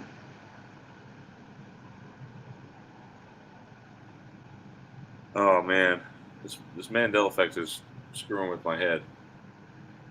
Oh, I also previously covered, stay here a second. Zoom in on the bottom left. I also previously covered the logo. I don't remember this bright Miyagi-Do logo on the back of him. I remember there's being something there, but it wasn't these bright colors. It was more muted. I don't know. It changed. I'd have to go back to my But folder. I I had don't an remember. example. Listen, I don't remember the red dot. It was yellow. It wasn't Where? yellow, guys. Yellow dot Where? on the back of where it's got a You mean picture the here. sun? Right, but That's it was what yellow. Yes, that's what I covered. That's what I'm saying. I'd have to go back to my folder. So I have a folder on the Miyagi-Do logo. It's orange now. It's not red. It's orange now. Yeah, that's messed up. And now they were talking about it for years, but and it was on a episode of How I Met Your Mother, and that's how Cobra Kai pretty much got started. Was based on a lot of people were thinking that Daniel LaRusso was actually the bad guy in the first movie. Tommy, what are you answering for number 1 when you hear it? Because unless you mean, I think Tommy might remember the red belt because I think he's a little behind. He says red, and then wrote 1, so he may remember the red belt, which I do have residue of. Can we look at the Funko Pop dolls? One is black and one is blue. I'm showing him right now. You don't see him? Yeah, I'm saying, can we appreciate that now it's black and blue? Why? Why is that? The best part, though, in my opinion, is the one right in the middle. It's the red rising sun, but it's blue. You see it?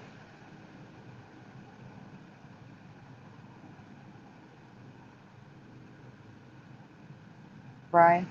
What's that? Are you Do you not see seeing the it? middle one? It's the red rising sun, but they have it blue. Yeah, I see that. See that. You talking about on the headband? Yes, we have the old design, but the new color. Yeah, but the headband was not like that light of a blue. It was black for me.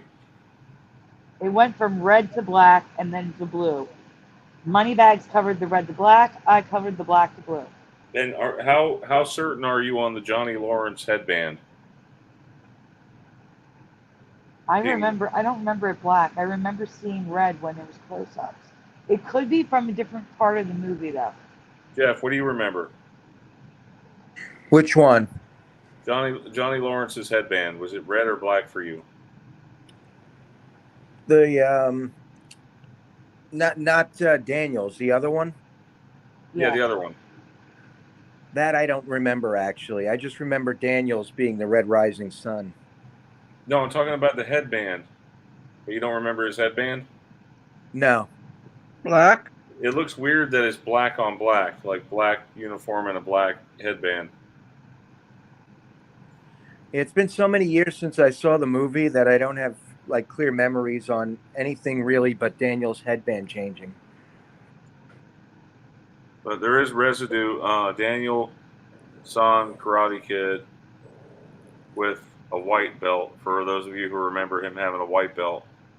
And there's one with the red belt. I just don't see how they would let him compete in the all tournament, the all valley in white.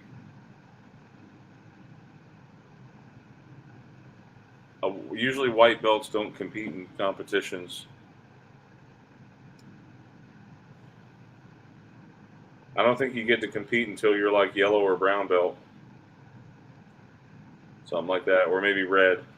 I'd have to ask my boss about this one because he does jujitsu and he's a black belt, so I can ask him. I talk to him tomorrow and ask him what color belt you have to have before you can compete. I can ask him. You know what I mean? He's been doing this for like But, 15 years or so. I feel like this is more of your niche. By the way, Tommy Jordan says black for me. He remembers black. The headband. They're talking about the headband. But listen, let me just say something.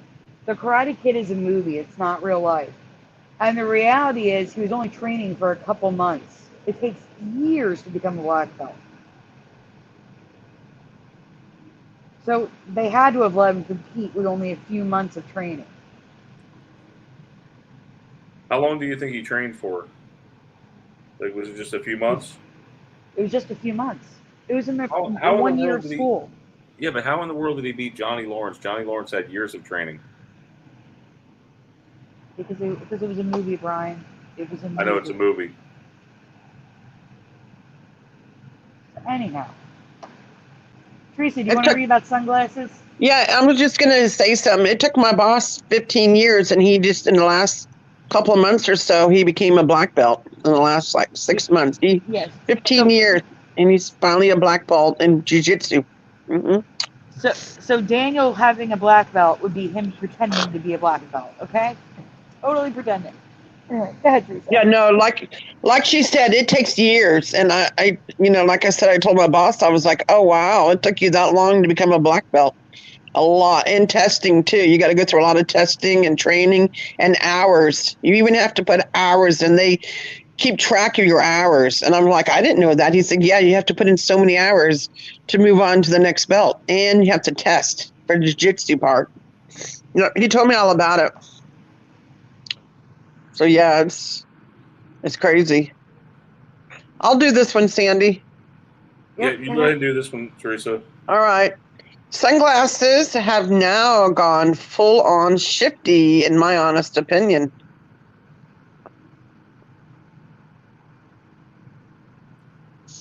You got me thinking of the Tom Cruise movie, Sandy. Yeah, me too. Tom Well, Cruise. we talked about the aviators, how now they have 2 bars instead of 1 bar across the middle. But now there's Yeah. So go ahead and read the rest of this, Teresa. And by the way, do you want 4 bacon, 2 sausage? Yes. I can't eat Ham. The only person's ham I can have is my boss's because he cooks good ham. But yeah, I can't eat the ham from IHOP. It makes me sick, like literally sick. Well, they Yeah. only offer regular hash browns and crispy hash browns. They don't have mashed potatoes. Can I get cut potatoes instead and butter? You want the crispy or the regular? That's all they offer. Crispy. Okay. All right. You Yep. want butter and butter too, and butter.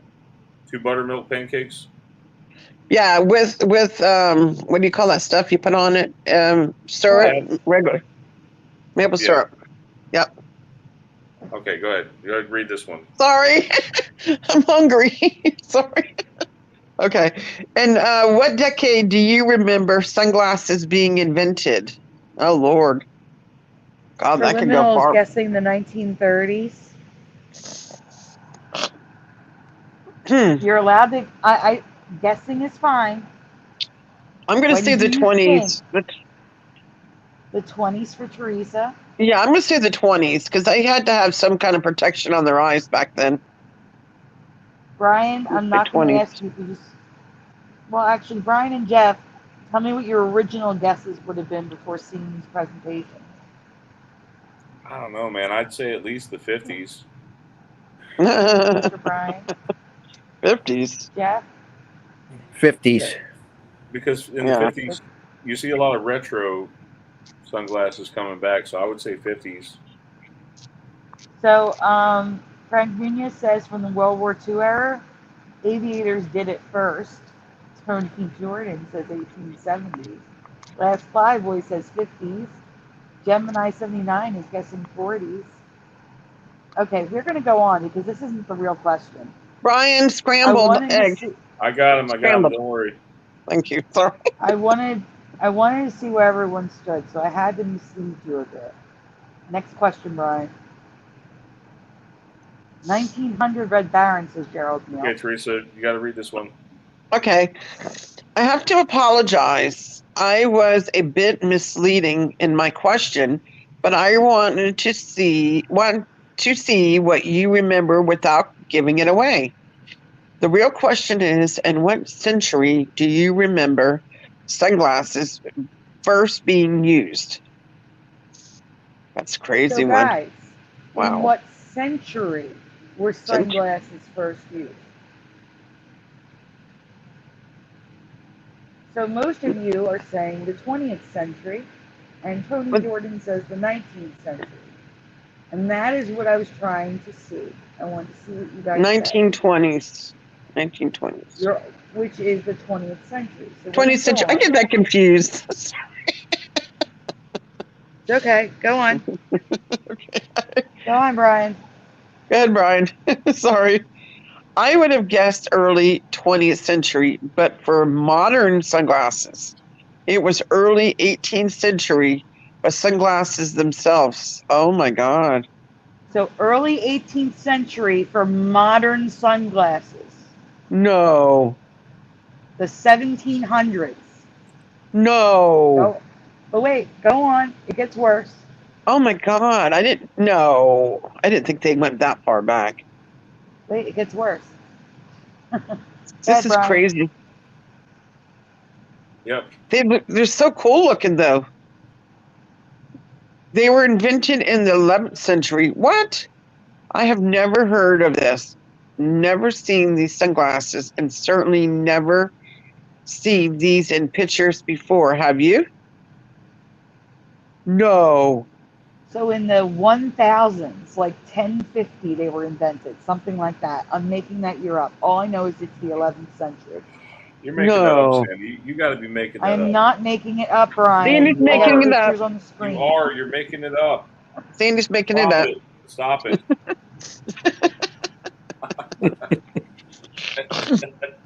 Inuits JF says Inuits have them nowadays. Inuits have had them for centuries. The first sunglasses were made of bone, tusk, wood, even grasses or leaves.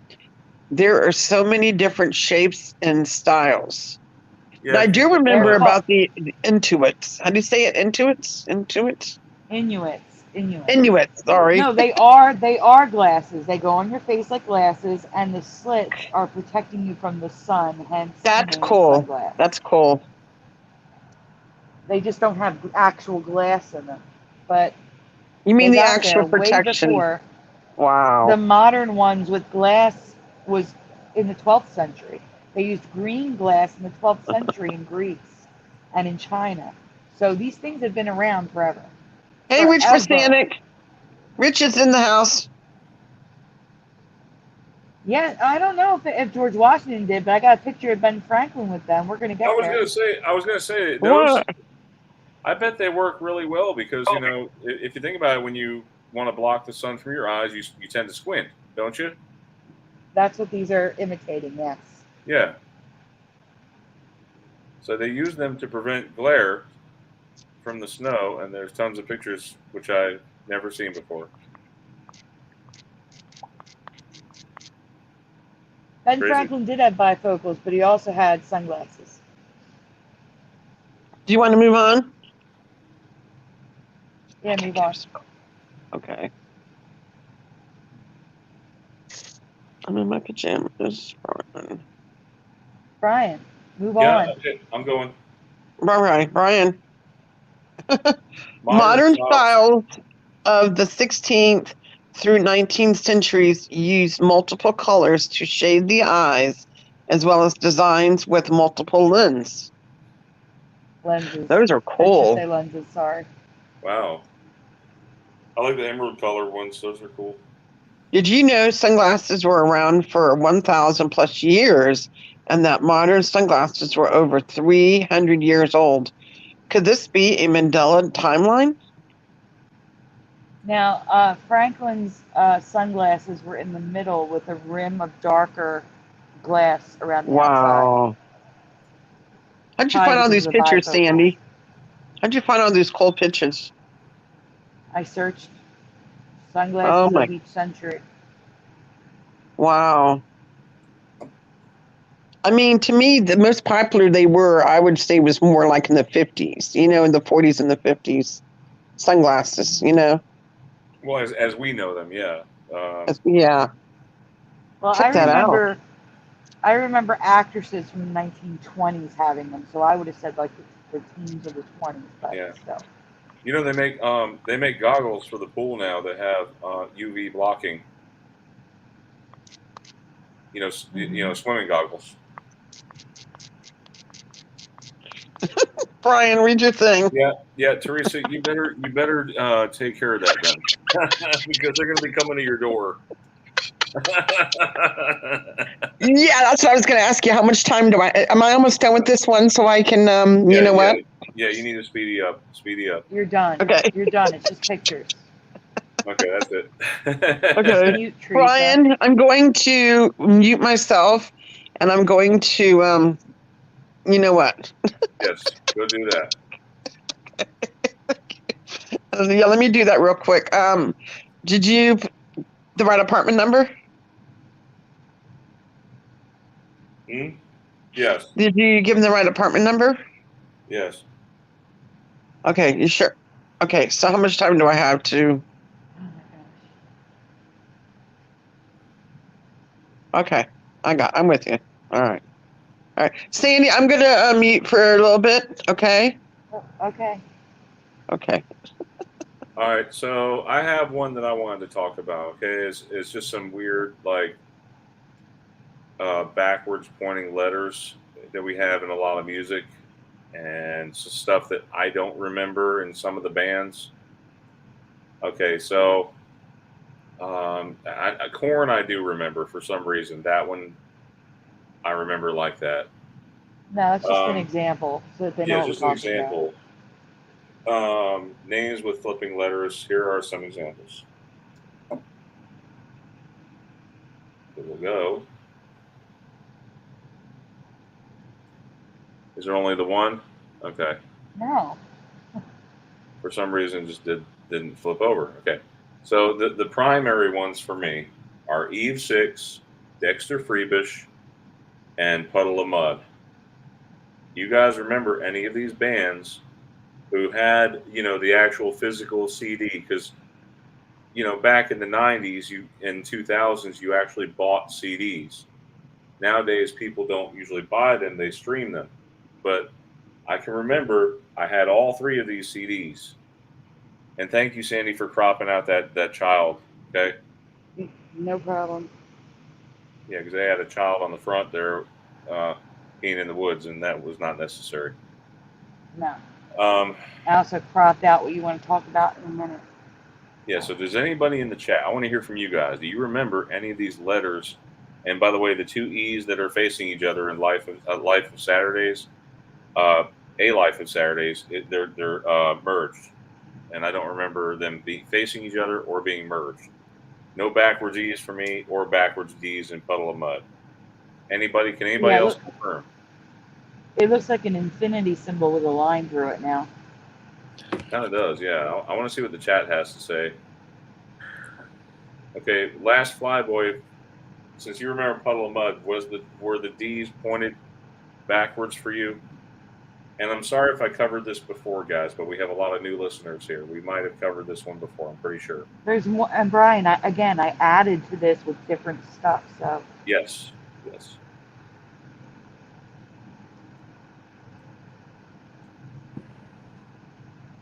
I have the Puddle of Mud and the Eve 6, and it wasn't like that. Do you remember that, Jeff? No, it was not like that at all. The Puddle of Mud one especially really freaks me out. Dexter Freebish, I never even heard of. Is that a rock group? Most people didn't ever hear about these guys. They had like one really good song that went on the radio back in like 2001. It was actually the reason why this one hits me kind of hard is because that's the last CD I listened to before I went into the military at that point.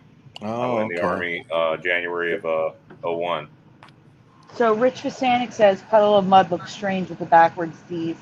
Tony Gemini says, I have the Eve 6 CD, don't remember the backwards D. Okay. But yeah, we covered. I did a whole presentation on Lincoln Park, Frank Nunez. It was about 2 months ago, right, Jeff? Mm-hmm. Yeah, it was about 2 months ago. So here you can see ABBA normal, but officially it's not normal.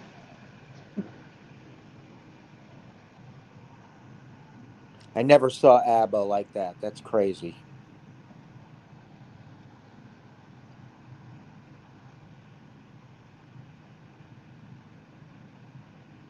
Yeah, ABBA looks weird.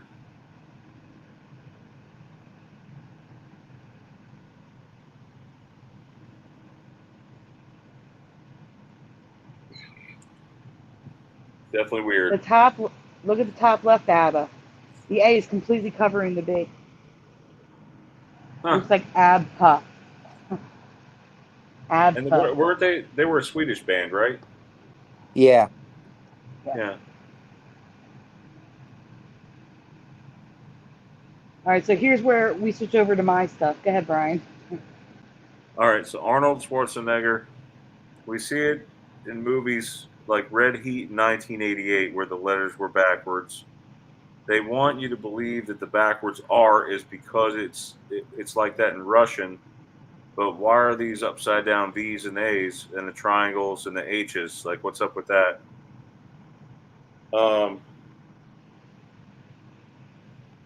Yeah, so the other thing is Toys R Us, and I remember that one being backwards for some reason. Yeah, that Toys R Us had a backwards R. Brian also wanted to talk about the Nirvana cover again. The baby's privates were never visible. No, he always had a diaper on to me. He always had a diaper or something, and that dollar bill was there. No, for me, his stomach just covered it. You couldn't see it, or they photoshopped it out. But it's completely perverted. You know, they have Brian, his wang. I'm back now. Yes, I got you. Teresa, his bang.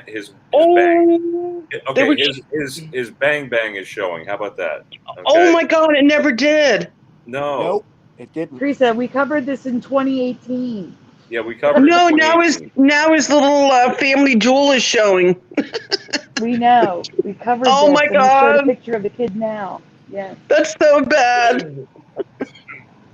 Now, while looking for bands, I came across Led Zeppelin. Some albums, tour shirts, stickers, etc. now has a dash, which I've never seen before. Have you? Which dash are you referring to? The dash between Led and Zeppelin. Yeah, I don't remember the dash. Me either.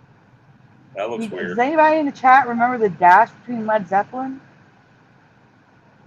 It doesn't look right. Fizzy. Fizzy is trying to get me to talk Pokemon right now. Didn't Led Zeppelin come out around the same time as Def Leppard? What about Pokemon, Sandy? She wants me to help her right now with Pokemon. Tell her you're live right now. Tell her you're live. I did. She came over here. Fizzy. Oh, she wants you to go play. No, Sandy's live, Fizzy. You see her? Silly Fizzy Pop. Oh, Fizz. Jenna Seth and I would actually Silly Scissor's girl. pretty good. If give a good one.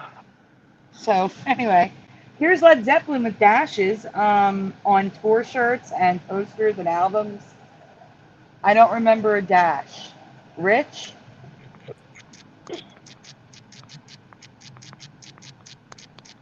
So Rich says, did not have a dash, exclamation points. No, did not have a dash. No, didn't have a dash. There were no dash, but there's dashes now. Not in everything. Let me be clear, it's not in everything. It's just some things. For some reason. And Yeah, if you zoom in on the top left one, Brian, Oh, zoom in I on the think top Jeff left. was. Yeah, but I think Jeff was saying some of these albums he didn't remember. Zoom in on the top left. It's actually a dot. It's not even a dash. It's a dot. Why? It won't even zoom in the right way for me, but that's about as far as I can go. I was saying I didn't remember. Whoa. Yeah, you said you didn't remember some of these new albums that they've been released. Right? Yeah, there's probably some I don't recall. As far as I know, I have them all, but maybe not now. Yeah, did you sell them or did you still have them? I still have them.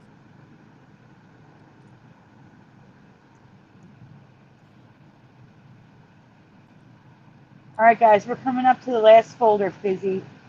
Is this The last folder. No, wait, we I got can two help more. you after. Oh, there's two more.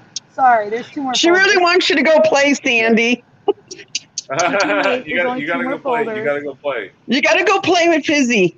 You gotta catch them all. Go catch that Pokemon. Go get him. I'm gonna read these because Jeff. Actually, Jeff, you read this one. I'll read the last one. Go ahead, Jeff. That's so cute. Read. You want me to read this one? Yeah, you read this one. I'll read the last one. Okay. The TV show Roseanne, the original, has some logo and text issues. And something else, but we'll get to that. Mm-hmm. Yeah, Teresa, you're gonna get your order in about 7 minutes. Oh, are you there? Yeah, 7 minutes. They're heading over to you. Oh, do I need to run downstairs now, or are they going to go inside the fence? Just set a timer for about probably 7 to 10 minutes from now. Okay, but are they going to come inside the fence, though? Oh, God. Sorry, we're talking about my food. My sugar is really low right now. Sorry. Is there a code? They have to use the thing to get in. Can you just text the driver and tell him to call me, and I'll run down there? They're probably going to call me more than likely. Or you can give them my number if you want to. Message Brian the code, and when they call him, he'll give them the code. There's no code. You have to have the pass to get in. It's a key fob. I'm sure he'll figure it out. The DoorDash drivers usually have a way of getting in. That's true. Okay. Sorry, go back. I'm sure. Okay, can we please go on with the presentation? Go ahead, Sorry, my bad. Next slide. Sorry. The TV show Roseanne. We already read this, Brian. Next slide. Go ahead, Jeff. Okay. First, the logo. Is this what you remember coming up on the screen in the first seasons? This logo is what I remember, but this is what the title card looks like now in the first season. I have no memory of it looking like this, with the childish looking handwritten name and that R. No. Are you telling me that comes up in the first season now? Absolutely Yes. not. That's crazy. No. Yes. Every episode? I don't know about every episode, but that's in the first season. No. That's bull garbage. And check out the font now. Yeah, Jack. All right, Laurie Metcalf. Also, the credits have broken letters cut off. T's and F's and the E's are crooked. None of these letter patterns happened in the 1980s in my past.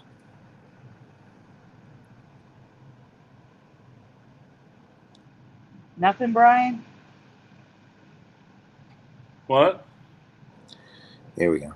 Laurie Metcalf isn't upsetting you? Yeah, it is. The font style is all off. Yeah. Yep. Okay. Speaking of Roseanne, Becky, the older daughter, please spell the actress's first name. L blank C-Y Garanson. So all I need is a letter, guys. What do you remember her first name being? I thought L blank C-Y. Was it Lacey? Brian's guess is Lacey. What about you, Jeff? I don't Lacey. know. Teresa? See, Oh, she's gone. Oh, Sandy? yeah. Her name was, I remember her name being Laci, because I used to watch the show all the time. Well, we're not even going to mess with the I right now, okay? We'll get to that. That's another day. Lacey? Okay, Oh, you we're remember not, Lacey? oh, wait. What is the So wait, Mandela all effect right. here? We're not there yet. I'm waiting for the chat. Hold on. Oh, my bad. Yes, Flyboy says Lacey. Gemini says Lacey. Gerald says these fonts are not readable. Anyone else? It was LA. It was with an A. It was always LA. Not anymore, Teresa. No, wait. It changed? Yeah. Oh, no, no, no, no. I watch this show over and over and over and over and over. I love Roseanne. Can That's I like, flip it over? Can I flip it over? my head's hurting Yeah, you can now. flip it over. Oh, Flip it please over. tell me that it It's changed. Lessie now. Lessie. What? Flip it over. Flip it over. No. I got to see this. Hold on. It's Lessie. What the No. heck? No. No. Oh my God, it's so wrong. Are you, wait. You're telling me her name now is Leslie? Lecy? It's Lessie. It's Lessie. Yeah. No. No. When did this happen? No, it was Lacey. I don't know. I found it this week. It's Lessie. Or last week. Sandy, that's a huge change. Oh my God. Oh my God. No, no, no, and no, no, no. Oh my God, this is a big one. Nice find. Wow. Sandy, what are some of the reactions in the chat, you guys? Wow. I don't. You didn't wait. I only have 2 answers, and it was both Lacey. No one's reacting. No one's saying anything.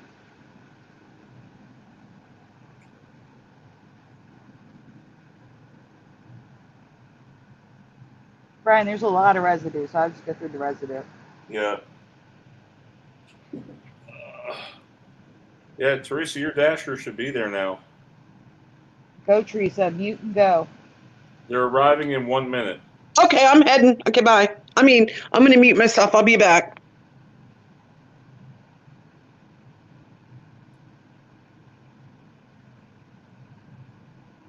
There's 22 people in the chat, not a word. Ann Gaynor Wow. says, I've never seen that name before. I've watched hundreds of episodes. Same. It was not Leslie.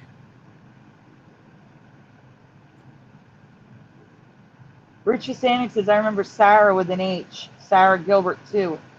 Lessie is crazy. And look, it's even on Wikipedia, but it's the Russian Wikipedia. The Russian Wikipedia has Lacey. Well, Or maybe it's, Russian, maybe you it's not kind of have to Russian. get It's another names. language. All right, well, yeah, I mean, with Russian and many other languages, it's like you can't misspell someone's name. You're You copying can't. it. You're copying it. Gerald Neal says, never heard of anybody named Leslie. Me either. Yeah, that's not a name. I never heard that It's before. not. Is this a joke, Sandy? You got to be joking with me. I wish. You know, I feel like April Fool's is like we missed that one. That was like 8 months ago or 9 months ago. No, it was like Not a 6 months joke. ago. No, 6 months ago. It was April Fool's. Mandela effect doesn't joke. It just messes with us. But her name is Leslie now. It is Leslie. If you want to Google it, show everybody. But what's crazy is Afterwards? the YouTube. This I guess a radio station, right? AM radio, and they were showing a YouTube clip, and where it says Leslie, but they're spelling it Lacey with an A, the correct way.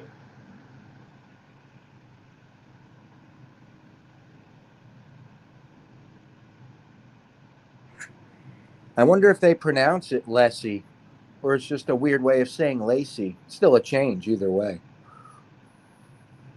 But it was this. I don't know. Do you feel like they tended to make the men look kind of weak in the show? I don't know. Maybe. No. I don't watch it. I don't anymore. either.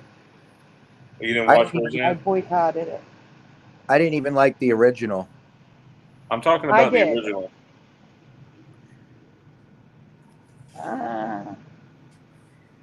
I think that was the point because the star was it was Roseanne's show and she was a strong comic. You know what I'm saying? Like Yeah. she was the brash, strong one. So I think that was the point. Yeah, the son definitely, and the boyfriends. Yes, yes, Brian. 100% yes. Yeah. That's something I didn't like. You know, they made the men look like idiots in the 80s and 90s. Speaking of Dan just said something in our crew. Who? Oh, Dan just said something in the crew. In other words, Dan is alive. He is speaking. That's all.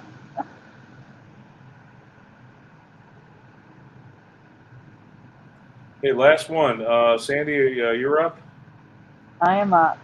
All right, guys. I'm going to let you know ahead of time, halfway through this presentation, no kids can be watching or listening. So if you got kids in the background, you're going to need to put headphones in. We're At going to what give you a point? warning at the time. At what point, We're gonna Sandy? Right now? No, not right now. In the middle, there'll be a warning. So if the kids are in earshot, you might want to turn them away, take your device in another room, do what you got to do to get away from the kids because it's really bad. So like I said, okay, we're gonna go. So that's the second part. So I believe I found a few candies from another reality that I want to share with you. I am just as upset about what I'm about to present as I am about Leslie, to give you an idea. All right, go on, Brian. Okay. The first, it's not on my screen yet. I'm trying to read it. It's tiny. The first two, both rated G, are both from the Hershey Foods Company, which is located in my state. Surely I would have heard of these products, right? You would think. You would think. You would think. Go on. Oh, check out how the. Oh, can you go back for 1 second? Even though you just showed what we're going to talk about. The EY and Hershey's merged there. Oh no, I just noticed that. Yeah. So go on. Is that their new logo? No, that's the Hershey Company, which is different from Hershey's. Hershey's. Anyway, next. So, Yes or no in the chat. Have you ever heard of Hershey's or their larger counterparts, Prisms? Yes or no in No. the chat. Hershey's No. or Prisms. Have you ever Heck heard of these? to the no. X to the no. Nope. Check out the merging in this logo and the little flips. Wow, thank you, motorcycle. Sorry, guys. Look at all the merging in here, and look at that pointy M. So yeah, Hershey's though. Has anyone ever heard of Hershey's? No. Okay, so I can Again, you're pulling the understand. April Fool joke on me again. I'm not. I can understand if you've never heard of Prisms, since they've been off the market since the 1990s. You should have heard of them. Is this Canadian Okay. or No, maybe it's Mexican American. candy? It was sold in the U.S., Brian. Look at the ad. $1.79, regularly $2.29. Yeah, you know the problem with that? You got the single slash in the dollar symbol there. That's because it was the 1990s and they'd already removed it by that point. I'd like to know when they removed it. There's actually a thing. They removed it because there was no longer a need for it. That's a timeline change. Teresa, did you get your food? Teresa left. I'm hoping she got her food. She probably did. She's probably outside, which is why she probably got kicked out. So anyway, I can understand if you've never heard of these. They've been off the market since the 1990s. Next slide, Brian. But Hershey's have been around over 70 years and still exist today. Have you ever seen Hershey's? In holiday candy made by Hershey, the bags were also still around through the 1990s. And yes, these were sold in the USA. So the bags were sold in the USA. They can still be found at Big Lots. I'm going to give you a big no on that one, Sandy. Okay. I don't remember keep going. that. Big no for I'm going to me, blow your too. mind. I'm going to blow your mind even more in a minute. So at the top is Big Lots. You can see they sell bags of Hershey's. This is an old 1960s or 70s box that was sold at the movie theater.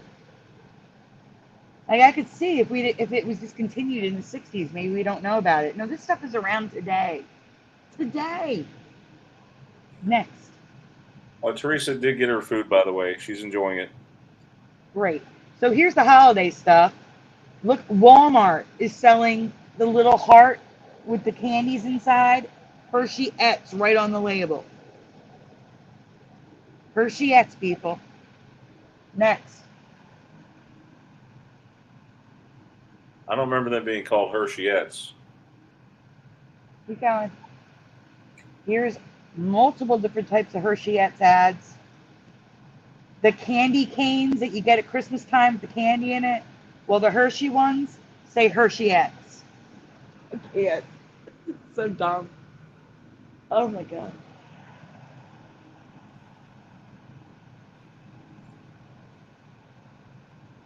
The little candy cane carrot things that you stick in stockings. Yeah, that says Hershey's on them too. There's a Hershey's logo on that tin. That's what the bags used to look like in the 1960s and 70s and 1950s in the ad. This whole thing is foreign. This whole thing is another reality I was not a part of. I have been sitting on this for 2 weeks freaking out. Okay, here's your warning. Warning, no children beyond this point. You seriously do not want children beyond this point. I cannot stress this enough. Sandy, I know can't we're go talking beyond about this point. Ryan, stop. No, Me seriously either. though, we're talking. I know we're talking about candy, but I'm serious. You cannot have kids beyond this point. Well, I'm sensitive to certain things, so. And Gerald Neal, yes, Hershey's are direct competitors to M&M's. They're identical, but they're made by Hershey. Okay, we are going on. No more kids. Let's go.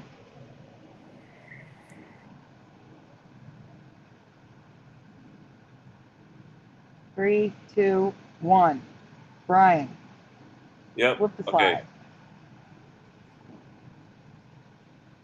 I would have missed this one as I wasn't born yet. But have you ever heard of Hippie Sippy? No, but I've heard of Yippee Skippy. It was a hypodermic needle filled with candy. A hypodermic needle filled with candy. Okay? Yeah.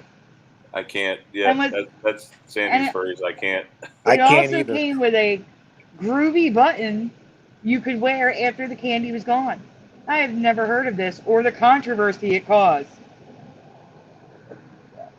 I love how the button says, I'll try anything. Like, come on.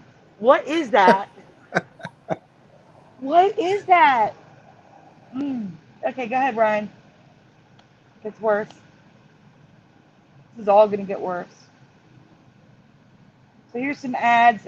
Toy hypodermic hit in Elizabeth. Another button that says, now, like, it makes you think of BLM, Hippie Sippy Lives. Like, what? I don't even know what that means. I would love to know what the green one says. It says, we sell something, but I don't know what it says underneath. Huh? Brian? Yeah.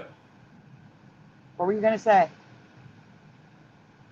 Well, no, I was thinking maybe they were in the UK. I don't know. Is this US? Sold in the US? Yeah, this is sold in the US, but wait, the best part, does anyone want to take a guess why this was banned? Because it wasn't the hypodermic needle. No, no, no. It was banned because the candies contain cocoa butter. If one gets into the lung, it would cause a lifelong lung condition. That is the only reason why these were banned, because the candy had cocoa butter. What?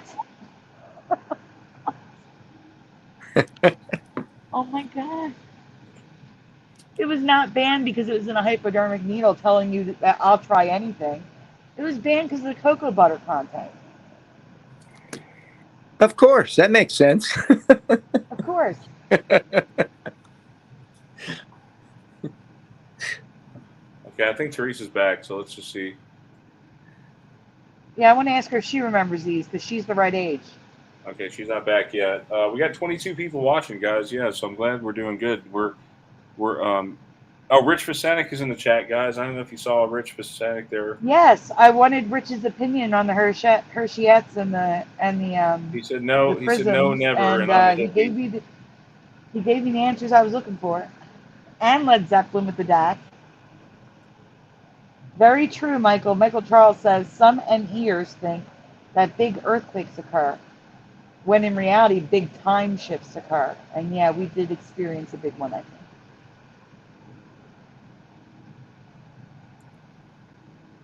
You want to continue, Brian? Or are you waiting for Teresa? I was waiting for Teresa. There Are she you is. sure She's she's back. coming back? Okay. Teresa, I need to ask you if you remember this stuff. Okay, let me see. Yeah, Just because I'm old. I think I'm the oldest one out of everyone. Am I? Show her the previous picture, Brian, so it's easier to see. Teresa, how old are you? 51? Oh, I love you. No, I'll be 59 in November. Yes, I'm that old. I'm 59. That is so weird though, because we did a YouTube. I did a birthday special for you, remember? And it was that song 55 that you wanted me to play. Time moves fast, Brian. I know this is going to be my last year of being in my 50s. Yeah, I want to cry, but I get senior discounts. Yay! Okay, Brian, go to the previous image so that Let me she can see what we're talking about. Teresa, do you remember Hippie Sippy, a hypodermic needle of candy? No. Yes. No, I don't. When did they come out? Around the time that you were like 10, 11, 12. No, it doesn't ring a bell. No, that's no. Okay, just checking. Okay, we can go on, Brian. Definitely no. That's Teresa, creepy. They weren't discontinued because they were in the shape of a hypodermic needle. They were discontinued because the candy had cocoa butter in it. That's it. That's the only reason. Wait a minute, cocoa? But why would you want to eat cocoa butter? Well, cocoa butter makes up chocolate. but the small balls. They said it inhaled and got into the lung can cause a What? lifelong lung condition. So they banned them because of the cocoa butter content and only the cocoa butter content. No. All right, Brian, next slide. Oh my God, no, no, no.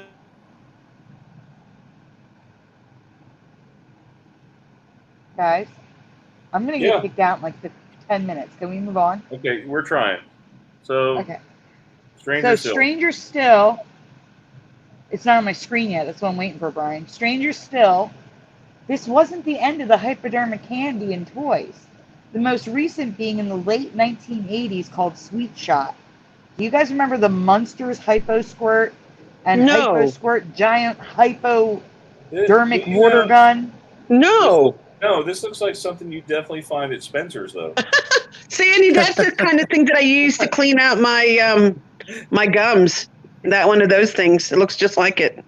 Well, that's a dental thing. That's not a toy for kids to play with. Yeah, I know, but it looks just like it. And I have one looks like it for my ear too. And there's a candy Sweet Shot, like the candy Push Pops, except Sweet Shot had to look like her instead of looking like a tube of lipstick, instead looks like a hypodermic needle.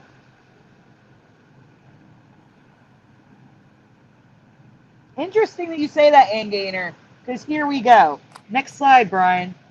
Yep. And then I'll read Ann Gaynor. So, but this candy is blowing my mind because it was sold in the late 2000s and early 2010s. The lolly pipe. Ann Gaynor sends, I found a lip gloss from China. It looks like a crack pipe. Great. Here we go. Next.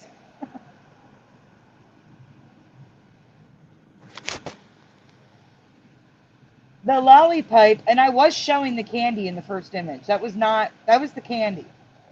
The lolly pipe, again, I've never heard of this or the controversy, and this candy was unique because while it was candy and it was edible, it could also be used as a functioning pipe. It was a candy that was actually a pipe that you could light a flame to and smoke from. You guys remember this? Oh no, I gotta show my boss this. Sandy, can you send me a picture of this? Yes, I'll send it to you. Oh my God, that looks just like you know what I mean? Yeah, it looks just exactly like, that. like Yeah. it. Again, It looks just like it, except it's not candy in there. There's something It else looks like in there. something you'd find at Spencer's. Oh no And Brian, way! yes, it was sold at Spencer's, but it was also sold at 7-Eleven. I wish we had a 7-Eleven here. We don't have them in Alabama. Notice it says We got 'em reusable pipe can be used again and again and will not melt from flame. How does hard candy not melt? They even advertised that the candy would not melt from the flame heat of a lighter. Have you ever heard of this? I'm freaking out by this, Sandy. I would know this because of my age. No. Teresa, it was around in 2010. Oh. Okay, then no then. I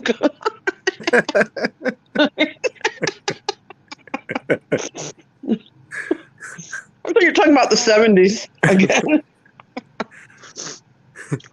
All right, go on, Brian. You're making my head hurt, Sandy. All this weird crap. Making my head hurt. Go ahead, Brian. Yep, I'm going. Because there's a delay on my end, too. So the longer you wait, the longer I have to wait. I'm still waiting. I've never heard of any of these, and all but one was available or still is. When I should have noticed them, at least I should have noticed Hershey's, possibly Lollipipe. I probably would have missed the Hippie Sippies, and I could have seen Prisms because they were the 80s. How have I missed all of this stuff? So I think it's alternate reality candy. What do you think? I think it is. The Lollipipe candy comes with a stick on the side in case you actually want to eat it. It's just I don't know. They both look weird. bizarre. They're both out of this world here. It says on the package 100% pipe. I can't. Stop it. It's only partially candy. It's 100% I don't know. I'm still trying to pipe. get over. I'm still trying to get over what Teresa said of what they look like. Okay. Yeah, definitely Spencer's. I've been thinking about going there and see what kind of new varieties they have. And congratulations to Teresa for making it through a whole show for the first time in 9 months. Very Yep. good. Congratulations, Teresa. Congratulations. You did. She made it through the whole show. Only because it's in the daytime, guys. Yeah, that's true. And I'm getting some food in me, thanks to Brian, which is helping me. You know what I mean? Yay! I made it through the whole show. I No, told Teresa, I said, "What is?" I said, Teresa, have you ever heard of DoorDash? She's like, "No, I never heard of that." Hey, Brian. What do they before we do? go, DoorDash. They deliver from any restaurant. Oh, are they like Uber Eats? They're Yes. better than Uber Eats, in my opinion. And Why? they mess up. Anytime my order gets messed up, they credit my account. Like one time, they forgot to bring me 3 Happy Meals, and I was so mad because Who, Uber Eats? Uber Eats messes up? No, DoorDash. DoorDash, because it was late at night, McDonald's was closing at 10:30 p.m. So you're saying out of all of them, the most reliable one to use is DoorDash? Yeah, DoorDash. And you have to download an app, right? Yes.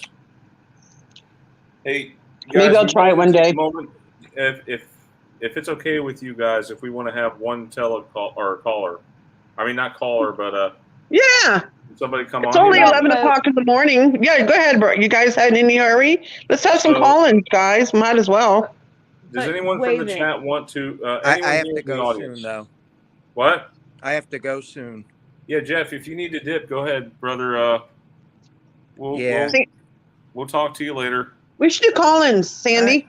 Yeah, I'll talk to you guys later. Thank you, Jeff, for coming. Have a good day at work, Jeff. Have a good day. Thanks. Don't work too hard, Jeff. Love you, brother. All right, talk to you guys later. All right, Jeff. Bye. Bye, Jeff. Bye. Bye. Yes, Sandy, we should do call-ins, right, Brian? Hey, Brian, send me the number message. Can you send me the number really quick before you put it publicly? Yeah, hold on. Let me see if I can find it. You want to explain to everybody what we're going to be doing? No, I'm doing. Uh-oh. We just lost Sandy. Yeah, it happens at the 2-hour mark. She gets the bug. You want to explain what we're going to be doing to the chat? Yeah, I'm trying to. It's voice.google.com. That's it. Oh. I haven't been on here in a minute. It's been a long time since you've had call-ins. Okay. We got time for one call. We got time for one caller. If anyone would like to call in. Sandy, you want me to send it to you first? Don't you want to advertise the number? Oh, I'm here? Yeah. There's a reason I'm messaging because you. I think it's because the number may get lost in the chat, and so she can just copy. No, that's not why. No, that's not why. Just hold on a second. Don't read what I said, though. Don't read what I just told you. What did you say? Okay. I can't say. Well, put it in the private chat. Oh, the last time we had someone call was August 26th of last year, this past year. Eddie Von Kuhn's funny. Read what he just said. While we're giving it a minute. Wow, why is that word messing up? What word? I keep writing shock, and it keeps spelling SHOVK. Brian, while we're waiting a second, can you pull up Leslie Garanson on Google just to show everybody that is her name now? What is her name now? Leslie. It's Leslie now. I just want to show people it's actually Leslie. Go to Google. Can you present? No, it was Lacey. Even in talk shows, they call her Lacey. Lacey what? Lacey. Type in Lacey Granson. Let's see, how you spell it? Lacy Granson. Grandson? Lacey, LacyGoranson. Wow, it's crazy. G-R what? GORANSON. It's a long name. Goranson. Now, how did you find this one? You were just watching Roseanne one night? Yeah. No. How'd you find it, Sandy? I saw a screenshot for the credits. That's all it took. What? So as you can see, her name is Leslie. Leslie No. Granson. Short for Alicia. So Lacey. I thought it was Lacey. Sorry, Lacey. Lacey Granson. Short for Alicia. Lacey. That looks so wrong.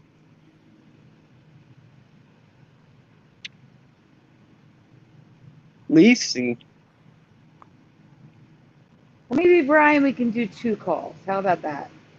You Yeah. want to put the number in, take a call, Sandy, and maybe another I'm call. staying. Sandy, I'm staying home today anyway. I'm just, you know what I mean. I'm not going to go nowhere today. I decided to stay home.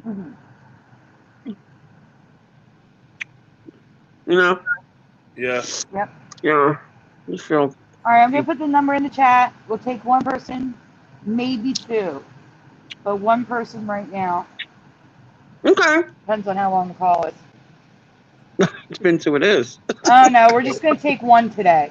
We'll just take Why? 1 today. Okay, Sandy. Why? Someone's being Okay. a poop What about Dan? You were saying? Yeah. Nothing. Go on. Okay. What? I have a missed call.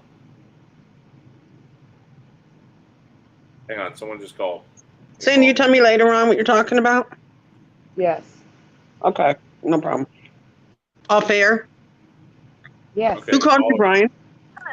Please state your name after the tone. Google Voice will try to connect you. Oh, whoops. Oh, God. Who just called you? I don't know. Did someone try to call? Tell them to call again. Please call back again. Fizzy, was that you?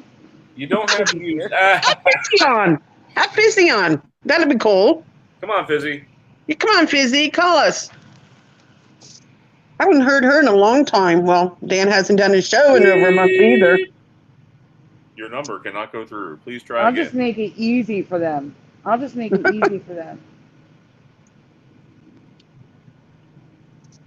Michael says I've been developing quantum language mechanics since Mm. at least 2010 to 2011. Any human at the pilot wave of the moment when a Mandela effect is created by Google's quantum computer nearly goes insane. Oh, come on, Fizzy Pop! Don't be scared. Sandy put the number in the chat. 850. No, they don't need the number. They don't? Why? They don't need the number. Why do you What do you mean think? they don't need the number? I just gave them the stream now. That's all. What is she talking about?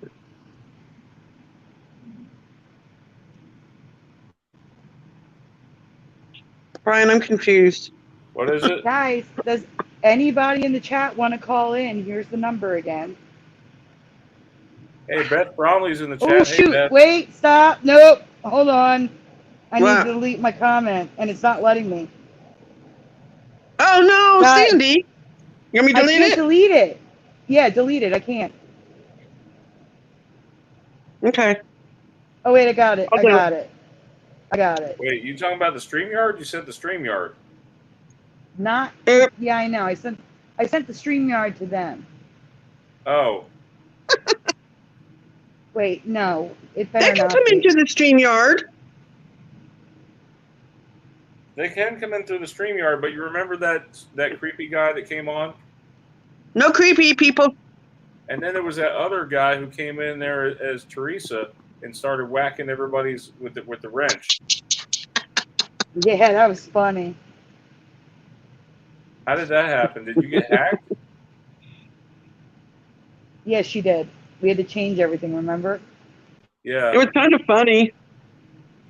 We never did figure out who did that, did we? There's the number. There you go. Where? I don't see Somebody, it. Somebody I call put it in in. the chat. It's there. Okay, somebody please call.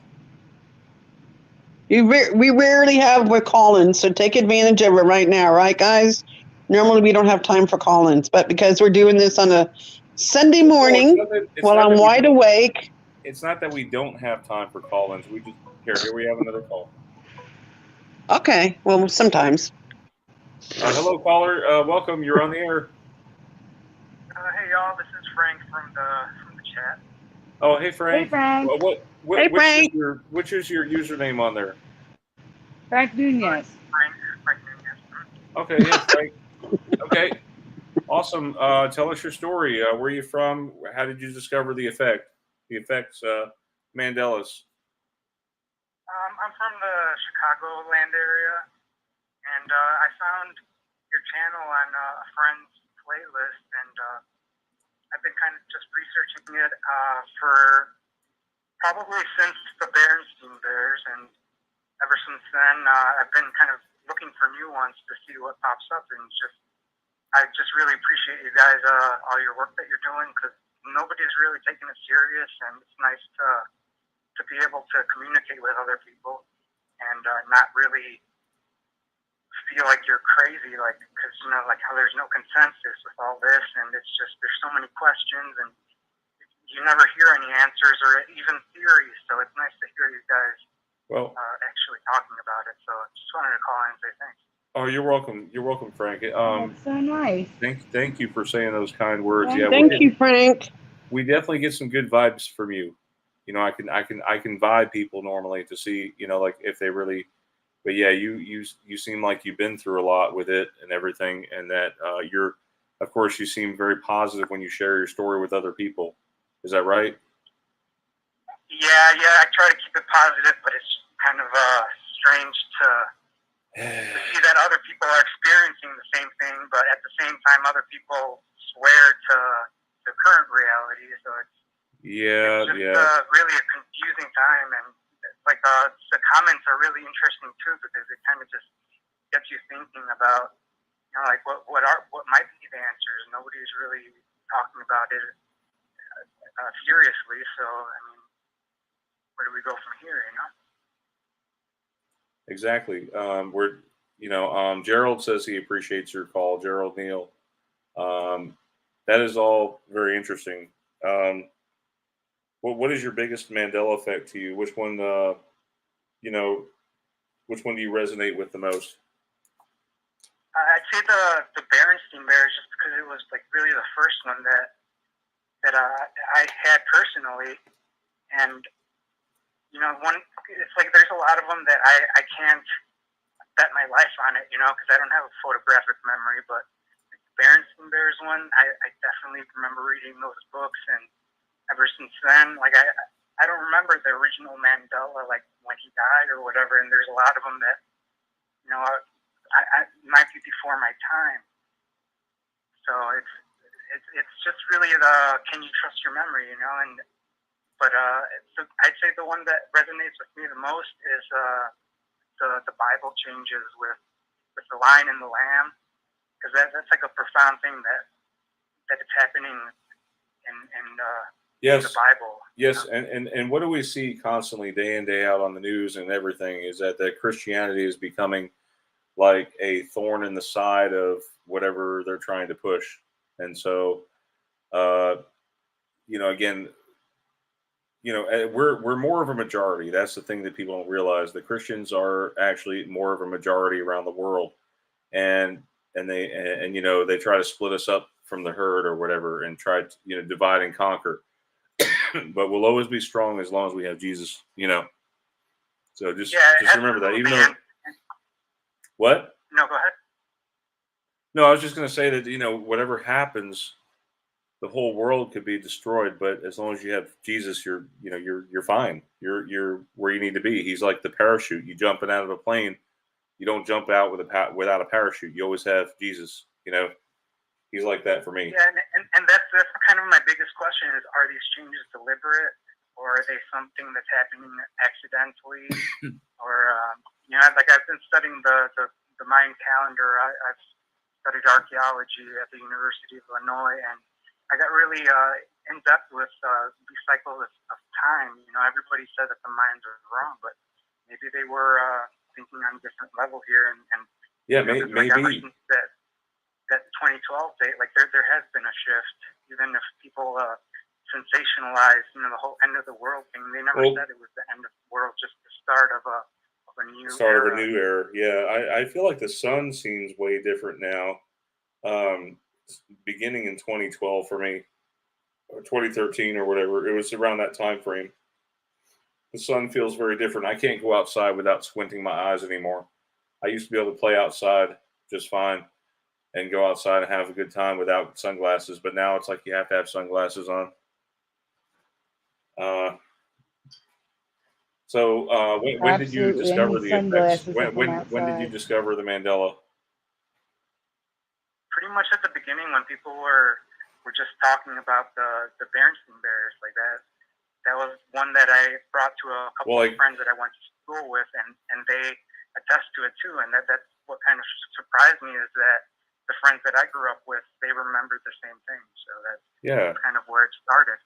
Yeah. So do you remember like a 2015 or later, or was it earlier than 2015 for you? Yeah, I'd say like right around there. Yeah. Yeah. It's crazy. Yeah, and I've never been part of any group or anything, but I have joined the Facebook group and posted a few things. I got some good reception, and they don't really come to me. I've really only had one that came to me, but you know, it is nice to be able to go to a channel and see if there are any changes. Because like this one that you were talking about with Cobra Kai, like I just saw 2 days ago. Like, are these changes happening really that fast? Like right in front of your eyes, you know? Like, there's just so many questions. So it is an intriguing subject. Yeah, it definitely is, and there's plenty of books on the subject. I don't know if you've read Stasha Erickson's books or her books on it. There's who was another one? Somebody help me out here. Was it Stasha? Who was What the are other you one? trying for? What? Oh, Captain Kirk? Did Captain Kirk write a book? Oh, not write a book. Oh, I thought you said like the people who called in. Was it Cynthia Sue Larson? Yes, Cynthia Sue Larson. She's a big one. We've She had wrote her a on the book show. too. She's been on the show like 3 times. I'm trying Didn't to get her to Suso come write back. a book? Yeah, you're right. Suso wrote a book too. Yeah, Suso Suso. wrote a That's the book other one I too. was thinking of. Suso has a Suso. book. There's been a few people who wrote books on the Mandela effect. And don't forget Vault Team 6. Vault Team 6 wrote a book. Oh, cool. Brian, you should write a book. Yeah, I could write a book. There was some Hollywood movie that came out too on the subject, wasn't there? Yes, but I really wish they didn't make us look like crazy people on there. They made fun of us. You know, it's like there's enough And our community. Yeah, there was a big hype around. There was a X-Files episode in 2018 that I think that aired, or 2017, and I remember them making us look like crazy people too. There, like I didn't. Huh? The What'd you say, movie. Candy? Our community even like extended open arms to the director. Was he the writer and director, or just the director? But I think it was the director. like Yes, we interviewed them. Everybody, multiple channels interviewed them, and then the movie made us look crazy. I was able to get in touch with him. Remember, Brian, when I tried to set it up with you guys? Remember, I got in touch with him. Yeah, yeah, I know. We've been in touch with him through the years. Yeah. And you know, the release was scheduled for some date, and then it was pushed back a year, which, you know, we were okay with that. But there again, it makes us look a little bit crazy. You seem like a really nice guy. I mean, from what I could tell. Yeah, and there was actually some pretty decent actors in there. The actors were okay. Supposedly he was affected. But it made it seem like kind of always how it starts, isn't it? Like with aliens and Bigfoot, they were all tinfoil hat theorists too, you know. And now it's becoming more widely accepted, and maybe it will be like that with this too at some point, because everybody can't be wrong. Yeah, but they know that people are interested in conspiracy theories, and that's why you see a lot of movies and TV shows for that reason. I don't know if you recall, there was a movie about a moon. What was that moon movie recently, Teresa? Where they, at the beginning of the moon movie, Was it moon? What was it? Look Up or something like that? Where the moon it was in the crashes? theaters about the conspiracy with the moon. Yeah. What was it called? It's where the moon was going to crash. Remember? Moonfall. Look Yes, Up. thank you. What was it called? Moonfall. Moonfall. Yeah, I know. I'm thinking Look Up. Yeah, Dean Johnson Moonfall. should write a book. I agree. But yeah, Moonfall was a good That was movie, and at the beginning very of the good. movie, they were talking about a Mandela-affected song with Toto. Yes. Africa, I bless the rains, or I miss the rains. Oh yeah, you're right. They did mention that, and they kind of casually Yes. dropped in. That's kind of how it always starts. Yeah. So what do you remember? You remember miss or bless? I remember Bless, but like I said, there's a lot of things that I wouldn't bet my life on it. Yeah. Well, there's I know what you mean, but there are some things definitely like the City of Angels versus the City of Angel, that Red Hot Chili Peppers song. That one gets me every time. It goes. Oh, wow, It's I the haven't even heard that one. city I live in, the city of Angel. That's what it is now. Wow. It was Angels, 100%. I mean, if Jeff were here, he could tell you. I know Rich Fasanic. He's a guitar guy. He'll know. You know. And it's great. Yeah, I play guitar too, and I've covered that song before, so that's kind of blowing my mind. So I just wanted to call in and again say thank you, because you guys are bringing up a lot of new things that people just aren't really aware of these changes and how fast it goes. Yeah, and you see a lot of other channels out there. They're just putting out the same material, like, and even in the Reddit. If you go to Reddit, because there are people waking up all the time, different points of the year, and so you have someone that might think there's a new effect, but it's actually an older one covered like 3 or 4 years ago. Because we've been going strong with this channel. We've been going now for about 5 years. I think we passed the 5-year mark, right? 2017, right? Or 18? Well, when I joined on with you, when I found out about the Mandela effect in December 2016, and then I met you afterwards. Remember in Facebook, you were telling me about your channel? Yes, we started doing the videos in 2016 or 2017. You were like, "Will you be my residue hunter?" And I'm like, "Yeah, okay." It was weird, Ryan. It was weird. And I tell people how I became a residue hunter. It's like it's in my blood. I don't understand. It was just something I was drawn to. It's a gift. You know? It's a gift from God. I tell Yeah. you. And Sandy is as well. She's really good with that. And Shandy finds residue and everything. She's but you guys have been with me from the start. Yeah. And Sandy, I didn't know, but she was following me on Twitter like for a long time. She was lurking. Sandy was a lurker. Yes, I was. I was a lurker. Yeah, that's kind of a little lurker. That you guys are finding them, because it's like they find you almost. It's like pretty amazing. Yeah. That you guys are bringing so many new ones, and that's kind of where I found your channel, was just searching for the new ones. Yes, and we did the voting videos for a long time too. Where I'm kind of thinking about bringing that back if I have some extra time or whatever. I'll try to bring some of that back. But there's just a lot of really cool things. It's just so hard to cover. Can you imagine how many videos would be uploaded to YouTube if I had everything, like for each Mandela effect? There would be like, I've already got like 2,000 videos uploaded, but there would be probably an additional 2,000 videos on top of that if we were to cover every single Mandela effect as a video. Hey Brian, sorry to interrupt you. I try to keep it under 10 folders each show, but I have a backlog of about 30 or 40 Mandela effects that keep getting pushed back because better ones show up. Brian, there's so many changes, it's ridiculous. I like when we do live call-ins, like when we call people, and like when I did the Fruit Loops one. Remember that one I called the donut place, and the manager lady she even said Fruit Loops, and I'm like, how do you spell that again? Like 3 times. She said Fruit, and Who her should we? donut said Who should Fruit we? Loops. I feel like calling Academy Sports or something. Who do you want to call Academy Sports? We should do a live call, like Ah, Skechers or somebody. yeah, we'll do that maybe on another So- show. But we're winding down to the last Yeah, 5 minutes but here. it's fun. It's fun. It's fun doing live calls. And then when my video changed, do you remember Meet the Millers? Remember how that one had changed? And we called the 3. This what was crazy, guys. When I used to go to the library years ago, like pre-COVID, I used to go and get DVDs. Well, the DVD I had gotten was, about the Millers with what's her name from Rachel. What was her name? That played on Friends. And that darn thing changed on me. And we called 3 libraries here in Vegas where I lived. And every single one of the librarians said the name of the movie. And I'm like, are you sure it's called that now? And then when they brought it up on the computer, they tripped out because every single one of the librarians remembered the DVD being called originally what it was supposed to be called. And they were kind of like, remember, Brian? They didn't know what to say. Mm-hmm. They were freaking out.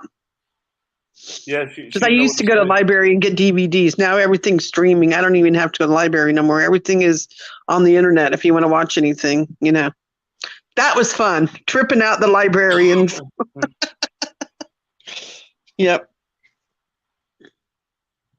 Yep. So, Frank, I wanted to thank you for coming on, brother, because it does take a little bit of guts to actually call and be on the show, and we appreciate you doing that and sharing your story with us. It's a lot of fun being even just in the chat, just interacting with people, seeing what other people have to say. And you guys do a great job hosting. Yeah, and you're welcome to. It's great work. Yes, no problem. And if you have a YouTube channel yourself and you want to promote that, I don't mind you posting your link in the chat or whatever if you want to do that. Because it helps. I'm just an observer. I don't have any kind of content or anything like that. Well, nothing wrong with that. But if you do have anything you want to share, get it to either me or Sandy, and we'll try to present it on the show. And we'll give you credit for it. Sure, I'll keep an eye out. All right, if you find any effects, because that's the way we do it. So it comes full circle. If you find one, someone else might not have ever heard of it, and it's good to get it out there. Yeah, like the one that I found personally was I noticed like the bananas growing upside down. Yes, that was so weird to me. That was so weird. Yeah, and I didn't know if that was a new one or not. I did see a comment that somebody said that maybe it wasn't a new one, but I just joined the Facebook group, so I wasn't sure if I should even post it or not. But I got a lot of likes on it.